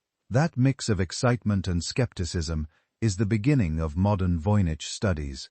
Before Voynich, the manuscript had been a local curiosity in Prague, then a buried puzzle in Jesuit archives. After Voynich, it becomes a problem for the international scholarly community. Articles appear, private attempts at decipherment proliferate. The first competing theories about its nature as cipher-constructed language, or nonsense, take shape, but Voynich, promotional flair, also planted some thorns that researchers still have to work around. To help market the book, he leaned heavily on the most dramatic parts of its backstory: the supposed Roger Bacon authorship, the Rudolph rumor, the connection to Kircher. These claims, often framed in strong terms to attract buyers or patrons, seeped into public consciousness as quasi-facts. The more often they were repeated, the harder it became, even for careful readers, to separate what was securely documented from what was speculative. This is where public interest cuts both ways. On one hand, broad fascination brings resources. Voynich's efforts led to photographs being made, transcripts being attempted, experts being drawn in. Over the decades, that attention would eventually fund high-resolution imaging, radiocarbon dating that fixed the vellum in the early 1400s, and the careful conservation that now preserves the codex in Yale's Beakey Library. On the other hand, once a mystery book becomes a minor cultural phenomenon, the signal-to-noise ratio drops. Bold theories, sweeping narratives, and imaginative reconstructions attract more attention than cautious archival work. Owners' names Rudolph, Kircher, Voynich turn into magnets for myth. Each new story about what the manuscript must be makes it a little harder to see the thin, stubborn line of actual evidence. That is why ownership history matters so much for evaluating hoax and authenticity claims. A hoax is not just an object, it is a performance. It requires a maker, an intended victim, a context in which the deception makes sense. If the Voynich manuscript were an elaborate forgery created in the early 17th century to trick Rudolph II, then its presence in Jesuit collections, its transfer to Kircher's circle, and its quiet sleep in Villimondrian, all have to fit that story. The timeline, the materials, the documented hands it passed through, each becomes a constraint. Conversely, if it is a genuine 15th century compilation that drifted through Central European scholarly networks before landing in Rome, the same chain of custody supports that more modest but still remarkable reading. The vellum's radiocarbon date, the binding style, the marginalia in Latin hand, the letters of Barish and Marcy, the Jesuit inventories, the 1912 sale to Voynich. Together they form a kind of scaffolding. Within that scaffolding, many interpretations of the text are still possible. Outside it, the more extravagant stories begin to strain. By the time Wilfried Voynich dies in 1930, The manuscript that now bears his name has left the controlled obscurity of Jesuit shelves and entered a new kind of wilderness, the open marketplace of ideas, theories, and attempted solutions. His widow Ethel will guard it for decades more, loaning access to a very few researchers. The stage is set. The book has owners, a name, a set of tantalizing historical hints, and a growing reputation as the text no one can read into that charged atmosphere. Walks William Newbold, whose confidence in his own decipherment will show just how blinding the lure of meaning can be. William Romer Newbold was not a crank on the fringes. He was a respected professor of philosophy at the University of Pennsylvania, with a background in classical languages and a serious interest in cryptography. When Ethel Voynich allowed him to study the manuscript in the 1910s, she wasn't handing it to a random enthusiast. She was entrusting it to someone who looked on paper exactly like the kind of person who might actually crack it. Newbold approached the Voynich manuscript with a particular mix of tools and assumptions. He knew ciphers, he knew medieval philosophy, he believed deeply in the Roger Bacon story that Wilfrid Voynich had been circulating, and above all, he believed that human genius, when properly applied, could penetrate even the most stubborn veil of secrecy. For a while, it seemed like he had done it. Newbold's central claim was that the visible Voynich writing was not the real text at all. The looping Voynich's characters, he argued, were just a scaffold, a cover script hiding a microscopic shorthand embedded within the strokes themselves. According to his theory, each tiny irregularity, each apparent crack or jagged edge in the ink, actually represented miniature Latin letters compressed into almost invisible form by an astonishing 13th-century mind. When he examined the manuscript under a magnifying glass, he thought he could see them little hooks and curls inside the broader strokes of each character. To Newbold, those tiny shapes were not the roughness of quill on vellum or the natural breakdown of ink over centuries. They were intentional microletters forming abbreviated Latin phrases. Decode those phrases, he said, and the manuscript opens. From this starting point, he built a dazzling structure in lectures and ultimately, in Iostomus' book, he presented translations that seemed almost too good to be true. The astronomical diagrams, he claimed, contained descriptions of distant galaxies and nebula visible only with telescopic magnification centuries before Galileo.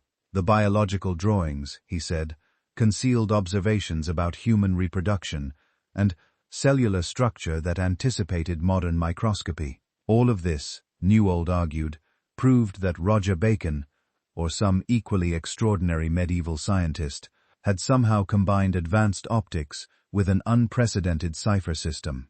To readers in the 1920s, still intoxicated by stories of lone geniuses and hidden knowledge, it sounded thrilling. Here was a coherent narrative, a known medieval polymath, a mysterious codex, secret discoveries in astronomy and biology, all wrapped in a code that only a modern professor had finally managed to break.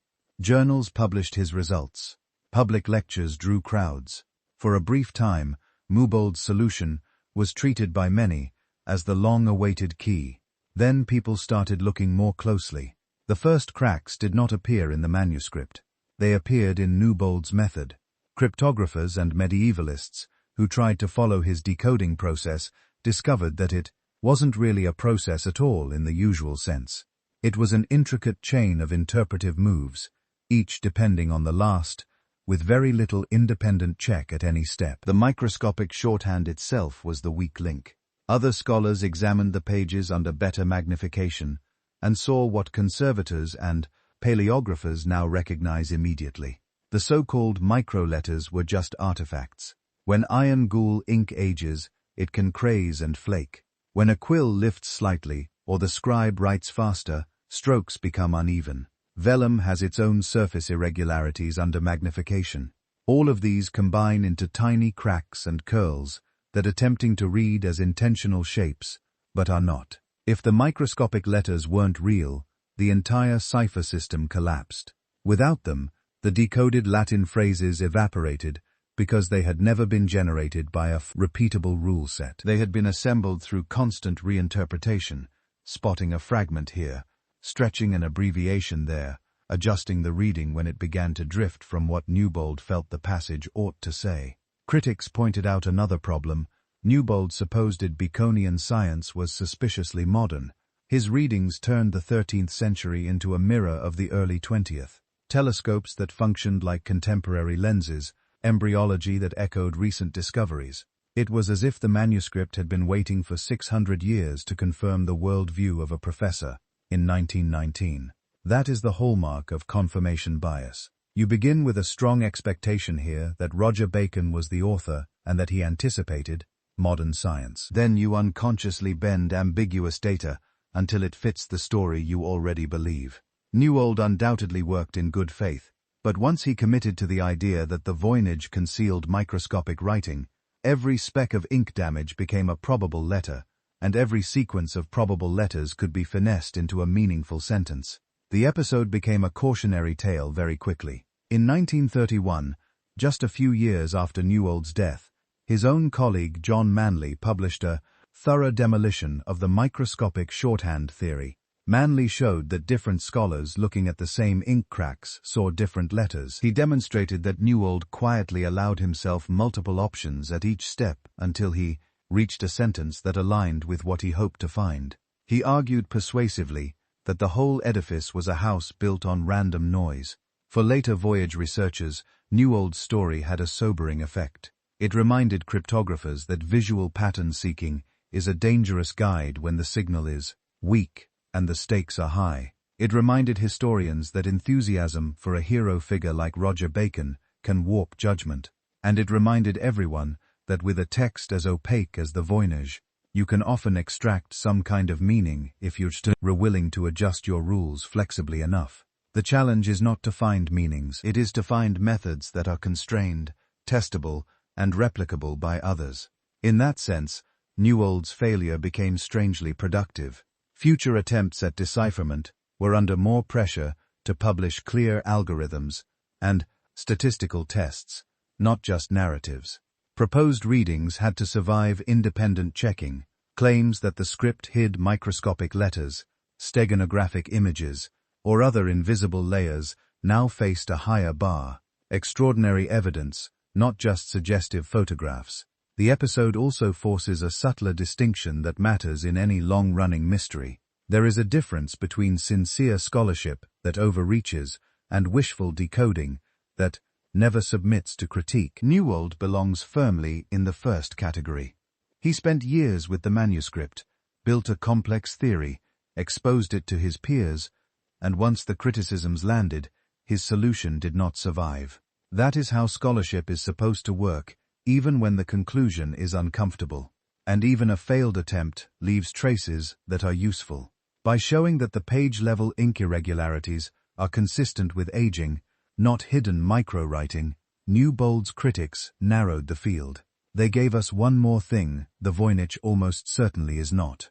It is not a palimpsest of microscopic Latin shorthand, documenting pre-Galen astronomy and embryology. Every serious misstep like this closes off a branch of the search tree. It doesn't tell us what the manuscript says, but it helps map the border between what is imaginable and what is plausible.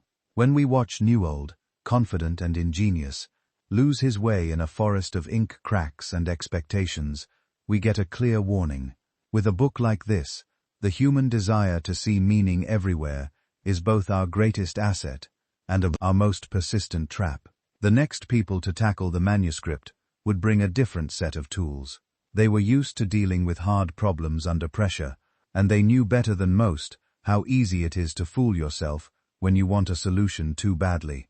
They came from war rooms and code offices, not cloistered studies, and when they looked at the Voynich manuscript, they saw something very different from microscopic Latin letters. They saw a problem. For the generation that lived through the Second World War, ciphers weren't romantic puzzles. They were life and death logistics. Break a code, ships survive the Atlantic. Fail, and they sink. Out of that world came a group of people who were very, very good at telling the difference between a real encrypting system and wishful thinking. Some of them ended up looking at the Voynich Manuscript. The most famous was William Freridman, the U.S. Army's leading cryptanalyst, who helped break Japanese systems before and during the war, and helped shape modern codering afterwards. Others in his circle, people like his wife Elizabeth, a brilliant cryptonist in her own right, and colleagues trained in the new science of statistics, took an interest as well. They were brought in precisely because they had track records. They had cracked hostile ciphers under far worse conditions. If anyone could tell whether the Voynich was just a code, it was them.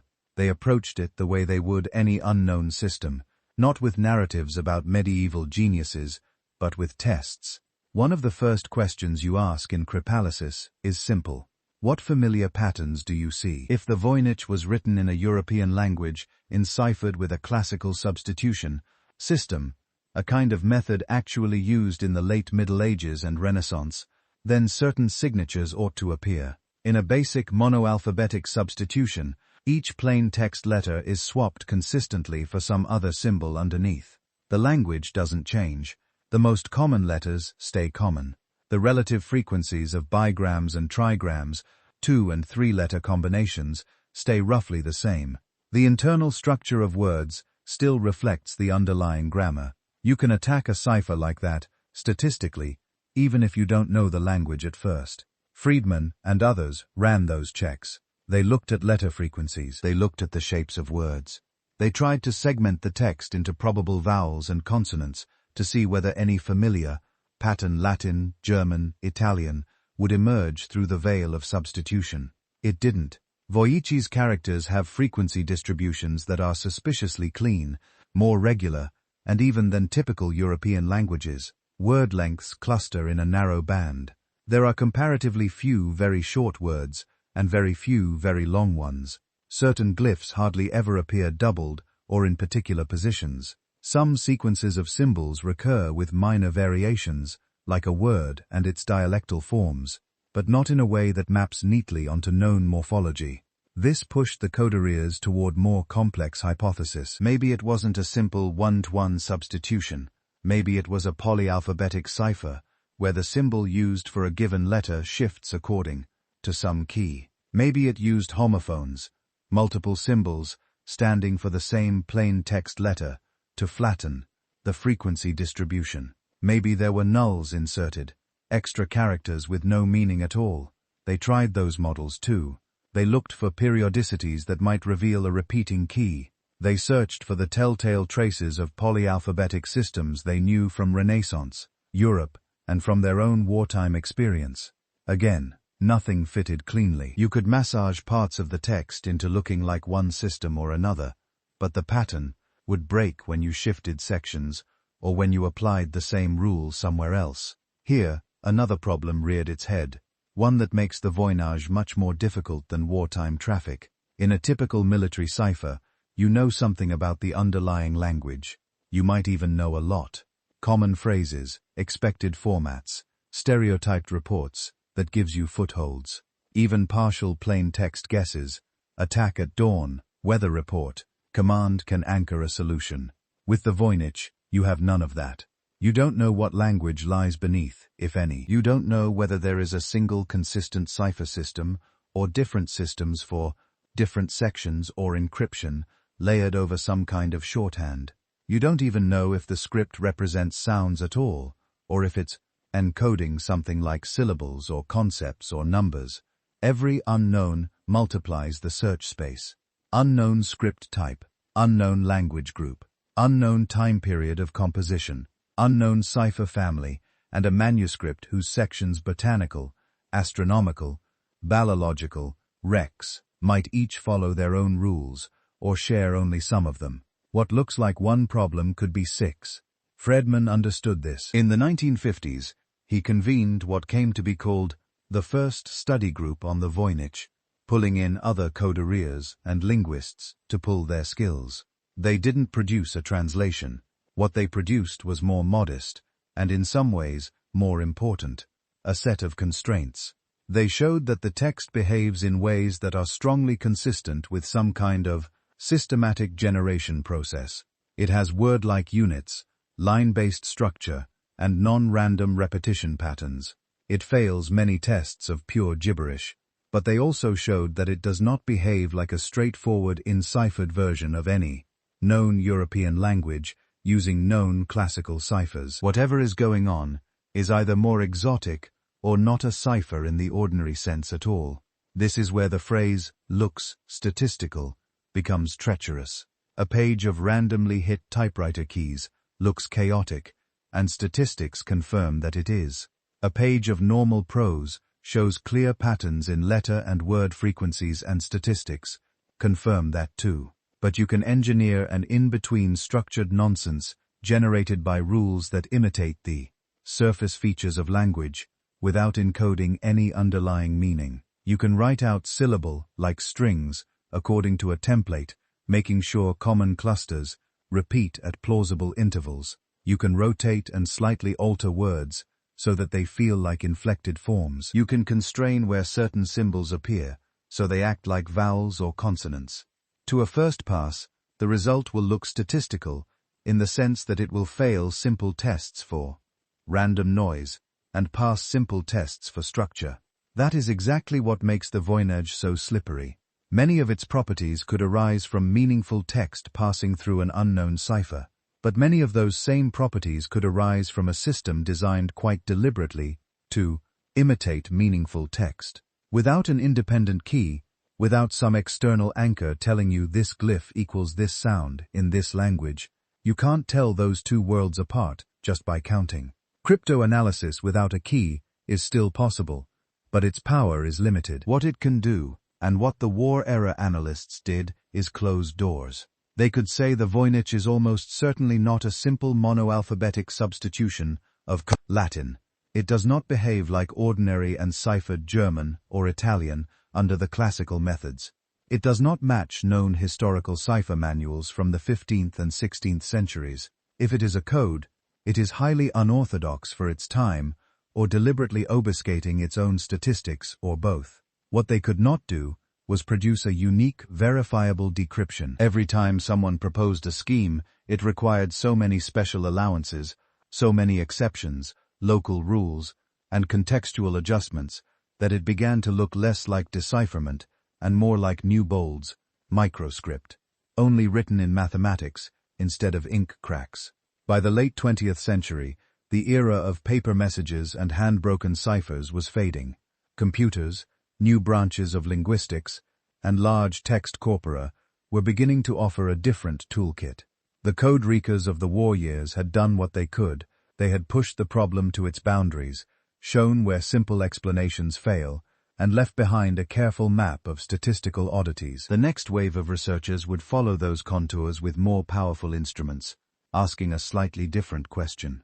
Not just could this be a cipher, but does this behave like language at all? When computers entered the story, that question became testable in a new way. Instead of squinting at tables of symbol counts by hand, you could feed the entire manuscript, every line, every glyph into a machine, and ask it to do the counting for you. Not just how often each character appears, but how often different words show up, how they cluster by page and section, how predictable the next symbol is given, the ones that came before.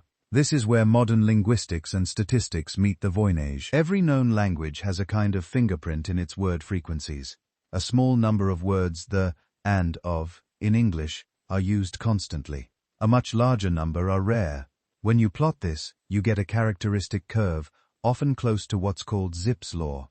The most frequent word appears about twice as often as the second most frequent, 3 times as often as the third, and so on.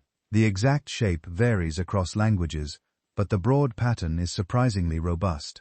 Researchers did this with the Voynich text.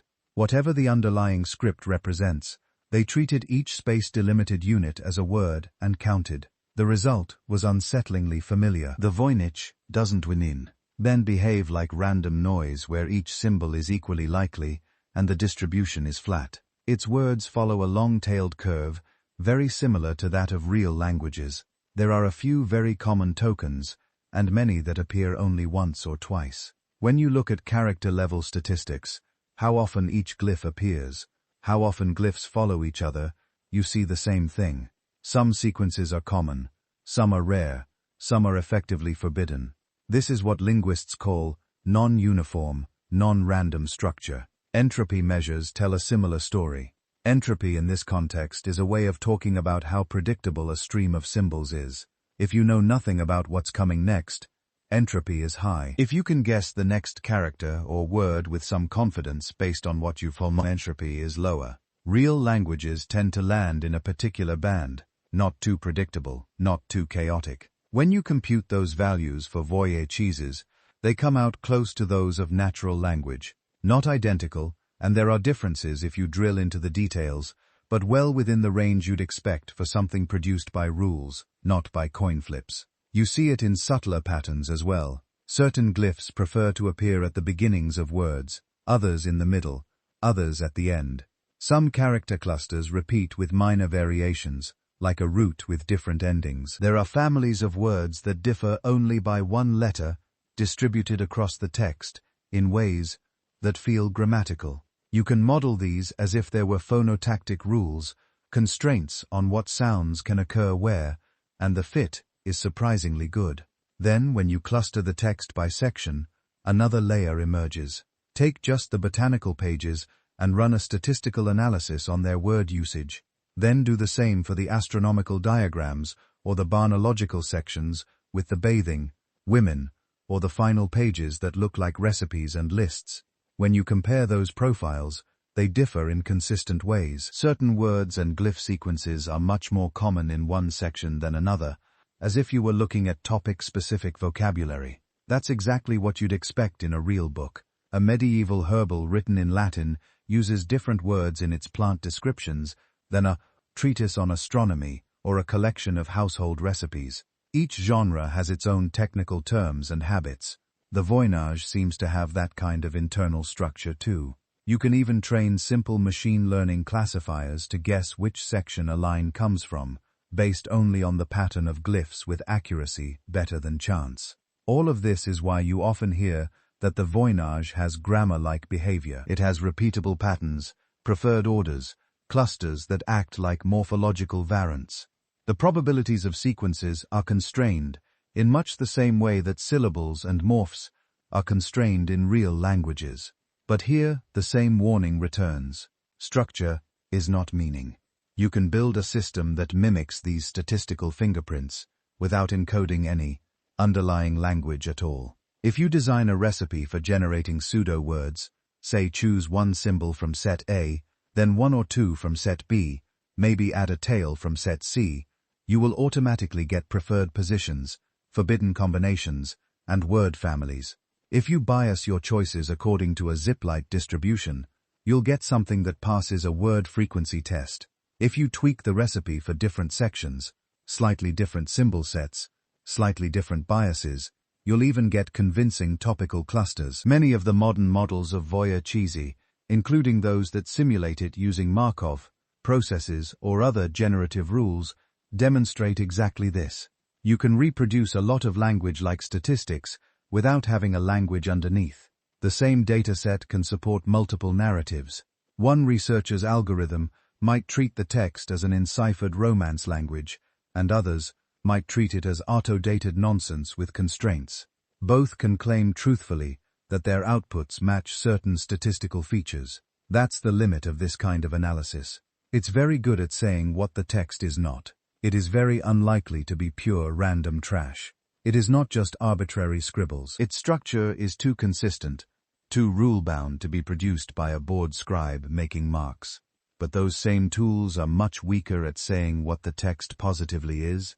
Is it a cipher over meaningful language, a constructed language with its own internal grammar, a sophisticated hoax that imitates linguistic structure? On their own, the numbers don't decide. They're also only as good as the data you feed them. The Voynich text we analyze today isn't abstract truth. It's a transcription, someone's best guess at how to map handwritten glyphs into a standardized character set. Over the years, several transcription alphabets have been proposed, the most famous being the EVA system used in many studies. But there are ambiguities on the page. Is this two glyphs or one ligature? Are these shapes distinct, or just handwriting variants of the same symbol? Do we segment here or treat this as part of the previous word. Those choices matter. Merge two glyphs into one, and you change the frequency counts. Split a single ambiguous sign into two, and you alter the apparent entropy. Decide that a particular flourish is meaningful, rather than decorative, and you add a new symbol to the system. Different transcribers can produce slightly different digital texts, and some statistical findings turn out to depend on those choices. A regularity that looks very strong in one transcription can weaken or disappear in another. Because of that, serious researchers tend to be cautious about global claims. They test their conclusions across multiple transcriptions. They look for patterns that are robust to these variations, the ones that survive when you change your assumptions. Many of the broad findings do survive. Non-randomness, section-specific, clustering grammaric distributions. But the finer details, the exact strength of a given pattern, whether two word families are really distinct or artifacts of notation, remain open to debate. Into this landscape over the past few decades have come waves of decipherments. Sometimes the claim is that the text is an abbreviated form of Latin, or a dialect of Old Czech, or a form of Hebrew, or a lost Romance language from northern Italy. Sometimes it is said to be an artificial language, or a cipher over a natural one, or even a glossalic script, encoding no spoken tongue at all. Almost always, the proposer brings some statistics, correlations, recurring alignments between Voynich words and their proposed plain text, measures of fit that look persuasive in isolation. Specialists by and large remain unconvinced. The recurring problems are familiar. The proposed readings usually require very flexible rules. A single glyph can stand for multiple sounds or letters. The same plain text letter can be encoded in many different ways. Silent characters appear and disappear as needed. Apparent translations can't be reproduced independently. When other researchers apply the same rules to new pages, the sense breaks down. Perhaps most tellingly, these systems almost never make risky predictions, readings that can be checked against independent historical facts. A genuine breakthrough would look different. It would not just match the internal statistics of the text, that much we already have. It would anchor those statistics to something outside the manuscript. The ideal scenario, the dream of every Voynich researcher, would be the discovery of a bilingual, another document, with the same script, paired with a known language. The way the Rosetta Stone paired Egyptian hieroglyphs with Greek, even a short, clearly parallel passage, a prayer, a standard formula, a clearly labeled diagram that can be matched to known examples could supply the crucial foothold. Short of that, a convincing solution would have to do several things at once. It would need a decoding system that is simple enough to state clearly and apply mechanically, without special pleading for each page. It would need to generate readings that are grammatical and meaningful in some attested language, not just in fragments, but across long stretches of text. It would have to explain the observed statistics, word frequencies, section differences, positional rules, as natural consequences of its mechanism, not obstacles to be worked around. And it would have to make verifiable predictions. For instance, that a particular unlabeled plant should correspond to a specific species, or that a star chart encodes a particular dated configuration, which can then be checked, until something like that appears. Modern linguistics and statistics leave us in a curious middle ground. They tell us that the voyage is not a trivial, fake dashed off without thought. They tell us that its text behaves in many respects like language. They also tell us that clever rule-based nonsense can behave that way too, and that our tools are not yet sharp enough to cut cleanly between those possibilities, which brings the debate back to its fundamental fork: hoax, cipher, or lost language. At this fork in the road, people tend to gather into four camps. One says the Voynich is a hoax, an elaborately decorated fake designed to impress a rich buyer. Another says it's an enciphered text, real language, hidden behind a code we haven't cracked. A third says it's a constructed language, an invented tongue with its own rules, maybe used by a tiny circle of initiates. The last says it's a natural language we simply don't recognize anymore, a dialect with no surviving relatives, written in a script that never caught on. Each of these is possible in principle. None is comfortable. Start with the hoax. The 15th century had a market for marvels. A thick book filled with strange plants, naked stars, and an unreadable script would have been a powerful status object. Later, in Rudolf II's Prague, owning a mysterious book fitted neatly into imperial self-image. A clever forger could have leaned into that. Copy the layout of real herbals and astrological manuals, distort the plants just enough.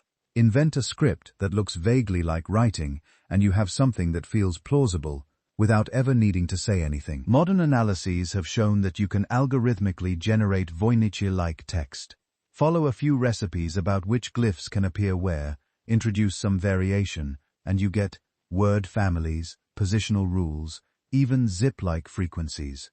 A patient scribe with a consistent method could have done this by hand 600 years before computers. But the hoax theory has to clear some tall hurdles. The first is consistency. The Voynich text is not just patterned. It is patterned in a way that stays remarkably stable over hundreds of pages. Word families behave the same way in early botanical folios and late recipe pages.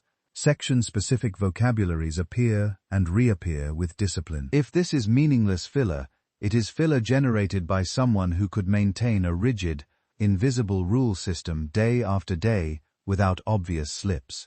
The second is effort.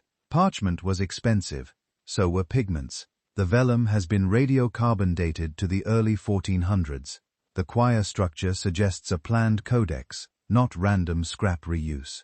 For a medieval or Renaissance hoaxer, this would have been a costly, time-consuming project. The likely payoff is speculative at best, and because the parchment dates to around 1400, a much later forger would have had to obtain a large stock of century-old blank bifolios that somehow survived unused, then orchestrate a forgery whose materials accidentally match that date band. Could it be done? Yes. Is it the simplest story? Not obviously. If you move to the cipher camp, the costs make more immediate sense. Imagine the manuscript as a technical manual or private notebook that its owner really did want to keep secret. Medical recipes, astrological judgments, proprietary knowledge. In that case, the unreadability is a feature, not a bug. Cryptographers have explored a whole zoo of possibilities. Null ciphers where real text is hidden among garbage. Steganographic systems where the message is encoded in layout. Line breaks or subtle variations. Codebooks where each glyph sequence corresponds to a whole word or phrase, not a single letter. Multi-layer systems where you first transform the language, say, into a shorthand or artificial cipher Latin, and then encipher that. The problem is that many of these systems are by design hard to falsify. If you propose that the real content lies only in every third character, or in the lengths of strokes, or in which symbols appear on which lines, you can always invent another layer when the first fails. If you say it's a codebook, you can attribute any mismatch to the missing book.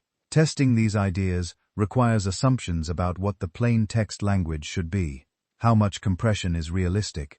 How complicated a system a 15th century scribe would actually use? Statistical hints cut both ways. Some features look compatible with a simple substitution cipher over a Romance or Germanic language. Others, like the unusual word structure and the way similar tokens cluster on the page, don't match the behavior of straightforward enciphered Latin, Italian, or German.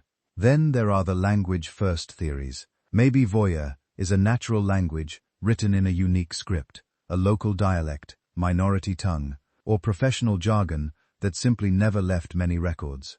Medieval Europe was full of micro-languages spoken in valleys and towns whose documents have long since rotted.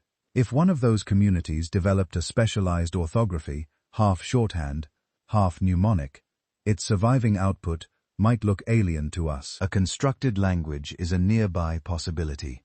Someone could have systematically invented a phonology and morphology, designed a script to match, and used it within a small intellectual circle. The text's internal regularities fit that scenario neatly. So does the fact that no one else seems to have used the script. Private writing systems often die with their creators. The trouble here is isolation. Real languages and even private scripts tend to leak. Lone words appear in other texts. Bilingual leave traces. Marginal notes explain oddities. So far, the Voynich script appears nowhere else. No other manuscript has turned up that uses these glyphs to gloss a known tongue or even repeats a short phrase we can recognize. Where does that leave us? Most working scholars, when pressed, hover near the middle. They tend to doubt a trivial hoax because the structure is too rich and the effort too large for a simple fraud. They tend to doubt a straightforward enciphered Latin or Italian text because repeated attempts with modern tools haven't produced stable, testable translations.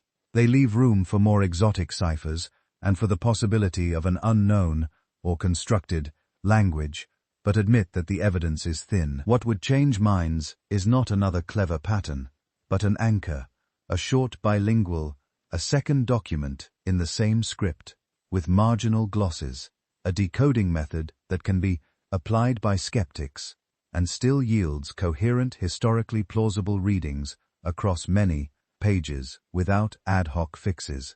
Until something like that appears, all four families of hypotheses remain technically open. The manuscript sits in the Bicky Library, 600 years of ink on early 1400s vellum, quietly refusing to tell us which story is true. So where does that leave us practically right now? 600 years after someone dipped a quill into ink and began. There are a few things most specialists would sign their name under. They agree the parchment is real and old. Radiocarbon dating puts the vellum in the early 1400s. The quire structure, the ruling of lines, the way the gatherings were planned, all point to a deliberately made codex, not a scrapbook of reused scraps. They agree the script is not a random scroll. The glyph inventory is stable. The words obey consistent rules about which symbols can start or end them. The distribution of word lengths, the way some tokens cling to line beginnings, the presence of section-specific vocabularies, these are all real measured patterns. They agree the illustrations match in broad strokes. Late medieval interests. Plants and baths and zodiac diagrams are exactly what you would expect in a world of herbals, medical astrology, and humoral theory. The manuscript is strange, but it is strange inside a familiar genre, and beyond that consensus, almost everything important is still argued over. Whether the script encodes sound or meaning, or nothing at all, whether the plant drawings are distorted versions of known species, or entirely imaginative, whether the stars accompany a calendar, or a horoscope manual, or something we don't even have a word for, whether the text was meant to be read at all, or was more like a ritual object, whose very unreadability gave it power. This is why no one can read. It is in a practical sense still true. We can count word frequencies.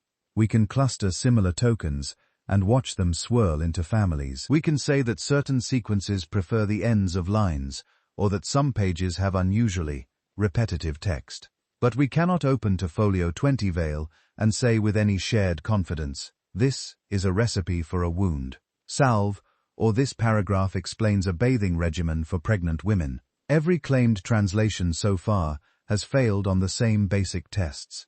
It works on a few lines the author chose to demonstrate, but not on many pages picked by someone else. It requires so many exceptions and special rules that almost any text could be made to fit.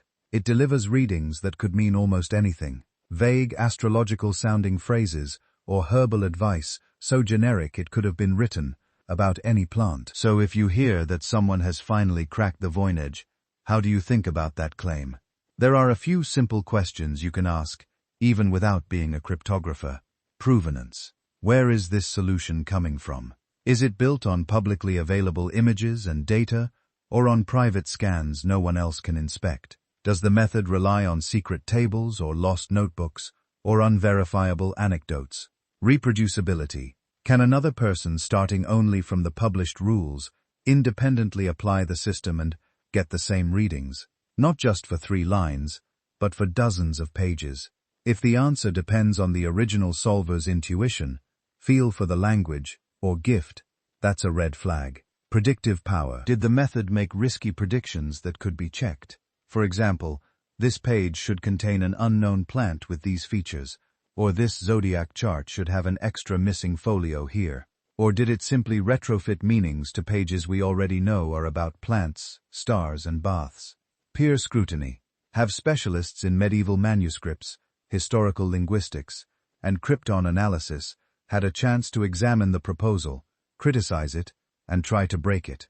An idea that only survives inside its creator's circle is not yet strong evidence, no matter how elegant it looks on a slide. Underneath all of this is a deeper lesson the Voynich keeps teaching, whether we listen or not. Some artifacts sit right at the edge of what our evidence can support. They tempt us to jump the gap, to fill silence with stories, to turn thin data into solid narrative. The manuscript is a kind of training ground for resisting that urge. It rewards patience. It punishes certainty. It asks us to hold several possibilities in our heads at once, and to let them remain possibilities. To say this looks like a plausible explanation given what we know now, instead of this is what happened.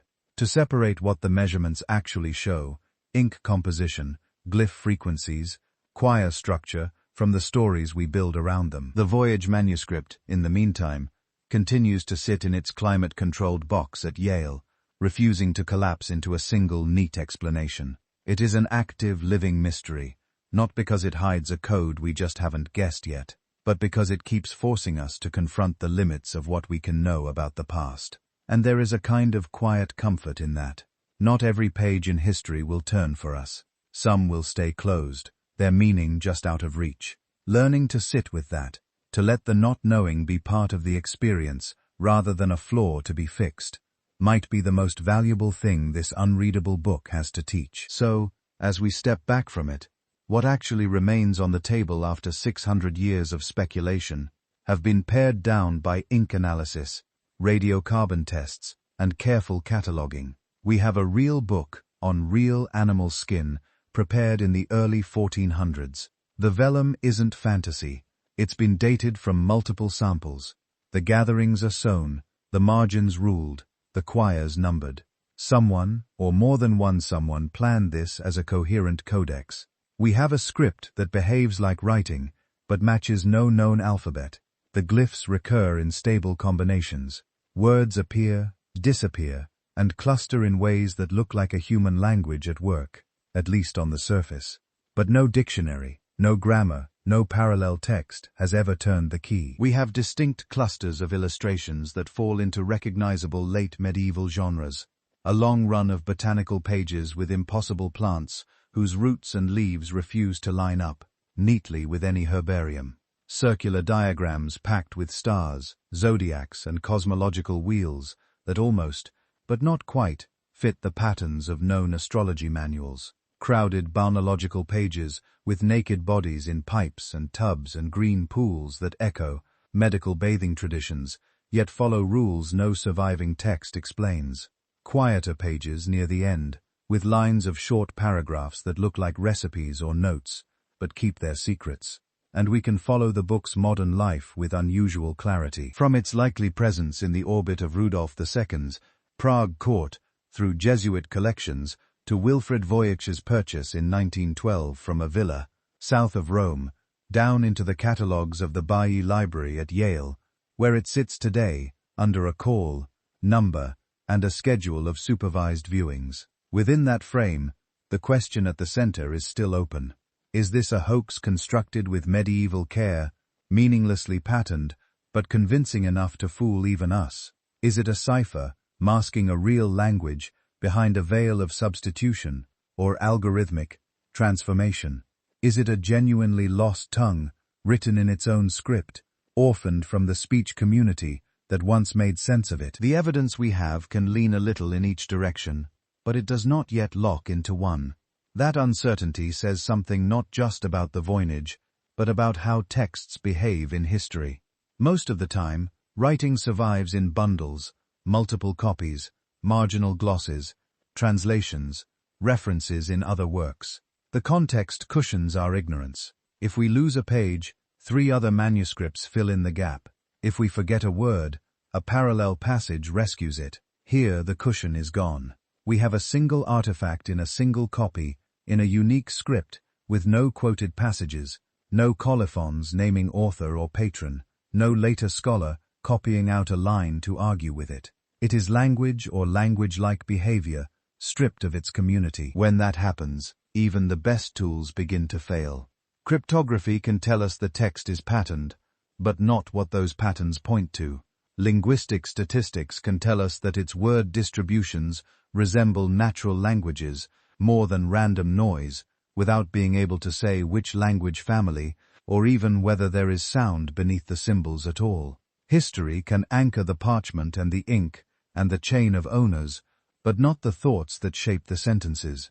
So the manuscript sits there, reminding us that some messages are contingent on more than ink and skin. They depend on a living web of speakers, readers, teachers, scribes, and students. Break the web, scatter the people. Let a few crucial copies mold away in damp chests or burn in quiet fires, and whole worlds of meaning can vanish so completely that we cannot even be sure what it is we've passed. And yet there's value in keeping this particular door propped open. Leaving the voynage unresolved keeps a small space in our mental museum for humility. It lets us practice living with evidence that is strong on some points and whisper thin on others. It makes room for new tools, new ideas, new fragments of context that might someday surface from an archive box or a monastery attic and change the shape of the debate. It also gives us an excuse now and then to sit quietly with a mystery that asks nothing of us but attention. No urgency, no breaking news, just a strange book from 6 centuries ago, refusing to tell us who wrote it or why.